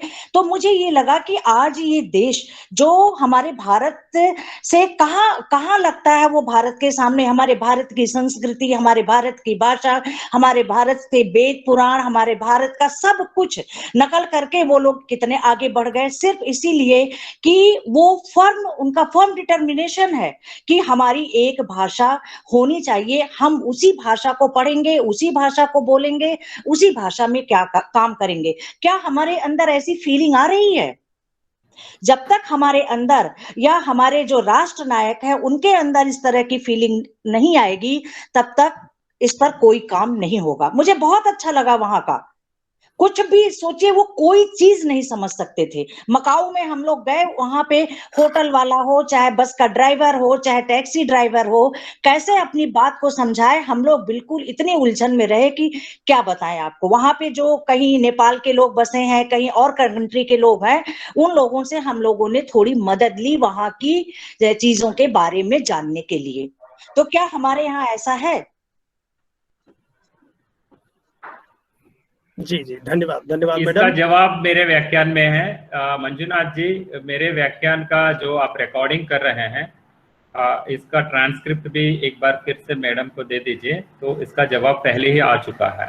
वो बीच में सर थोड़ा व्यवधान आ गया था नेट हाँ, में, इसीलिए तो मैडम आप जरूर मेरा व्याख्यान सुनिए, तो आपको इसमें 100 समाधान मिल जाएंगे आपको। तो फिर लगेगा कि आप जरूर फिर से आप और कोई प्रतिभागी साथी कोई प्रश्न अगर पूछना चाहते हो तो पूछ सकते हैं, अन्यथा समय अधिक हो गया है, 9:36 हो रहे हैं। और अब मैं अपने मित्र पोम्पे कॉलेज में हिंदी विभाग का अध्यक्ष, मंगलुरु विश्वविद्यालय हिंदी अध्यापक संघ के अध्यक्ष डॉक्टर एस.ए. मंजुनाथ जी को मैं आमंत्रित करूंगा कि वो धन्यवाद ज्ञापन करके कार्यक्रम को संपन्नता की ओर ले चलें। डॉक्टर एस.ए. मंजुनाथ जी। धन्यवाद जयशंकर तिवारी जी। आज के जो हमारे मुख्य वक्ता जयशंकर बाबू जी हैं, जयशंकर तिवारी जी उत्तर के हैं और जयशंकर बाबू जी दक्षिण के हैं। तो आज के हमारे मुख्य वक्ता डॉक्टर सी जयशंकर बाबू, उन्होंने अत्यंत महत्वपूर्ण विषयों पर जो जानकारी हमारे सामने प्रस्तुत की है। तो मैं अपने कॉलेज पोम्पे कॉलेज ऐकड़ा मंगलूर की ओर से मंगलूर विश्वविद्यालय हिंदी अध्यापक संघ मंगलूर कर्नाटक तथा लाल बहादुर शास्त्री महाविद्यालय गोंडा उत्तर प्रदेश की ओर से मैं उनको हृदय से आभार और धन्यवाद प्रकट करता हूँ। बहुत बहुत धन्यवाद जयशंकर बाबू जी, बहुत बहुत धन्यवाद जी, बहुत बहुत धन्यवाद। हाँ, आप जी, वक्तव्य जारी रखिए जी। इसके साथ ही हमारे साथ जो सभी कार्यक्रम के संचालन में या उसके आयोजन में हमारा प्रोत्साहन बढ़ाते रहते हैं हमारे कॉलेज के प्राचार्य डॉक्टर पुरुषोत्तम केवी, और उसके बाद लाल बहादुर शास्त्री महाविद्यालय गोंडा के प्राचार्य मैडम, और उसके साथ साथ वहाँ के हिंदी विभागाध्यक्ष, सभी हमारा जो इस आयोजन में सहयोग देते रहते हैं, मैं उनका भी हृदय से आभार प्रकट करता हूँ। साथ ही साथ हमारे जो इस कार्यक्रम का संचालन कर रहे हैं हमारे मित्र जयशंकर तिवारी जी, मैं उनका भी हृदय से आभार और धन्यवाद प्रकट करता हूँ। और उसके साथ साथ हमारे साथ सुदूर दक्षिण से लेकर उत्तर से बहुत से विद्वान लोग, ज्ञानी इस व्याख्यान माला में जुड़े हुए हैं। ये हमारे 16वां व्याख्यान है। उन सभी को मैं अपने कॉलेज और SLBC गोंडा उत्तर प्रदेश और मंगलुरु विश्वविद्यालय हिंदी अध्यापक संघ की ओर से बहुत बहुत आभार प्रकट करता हूँ।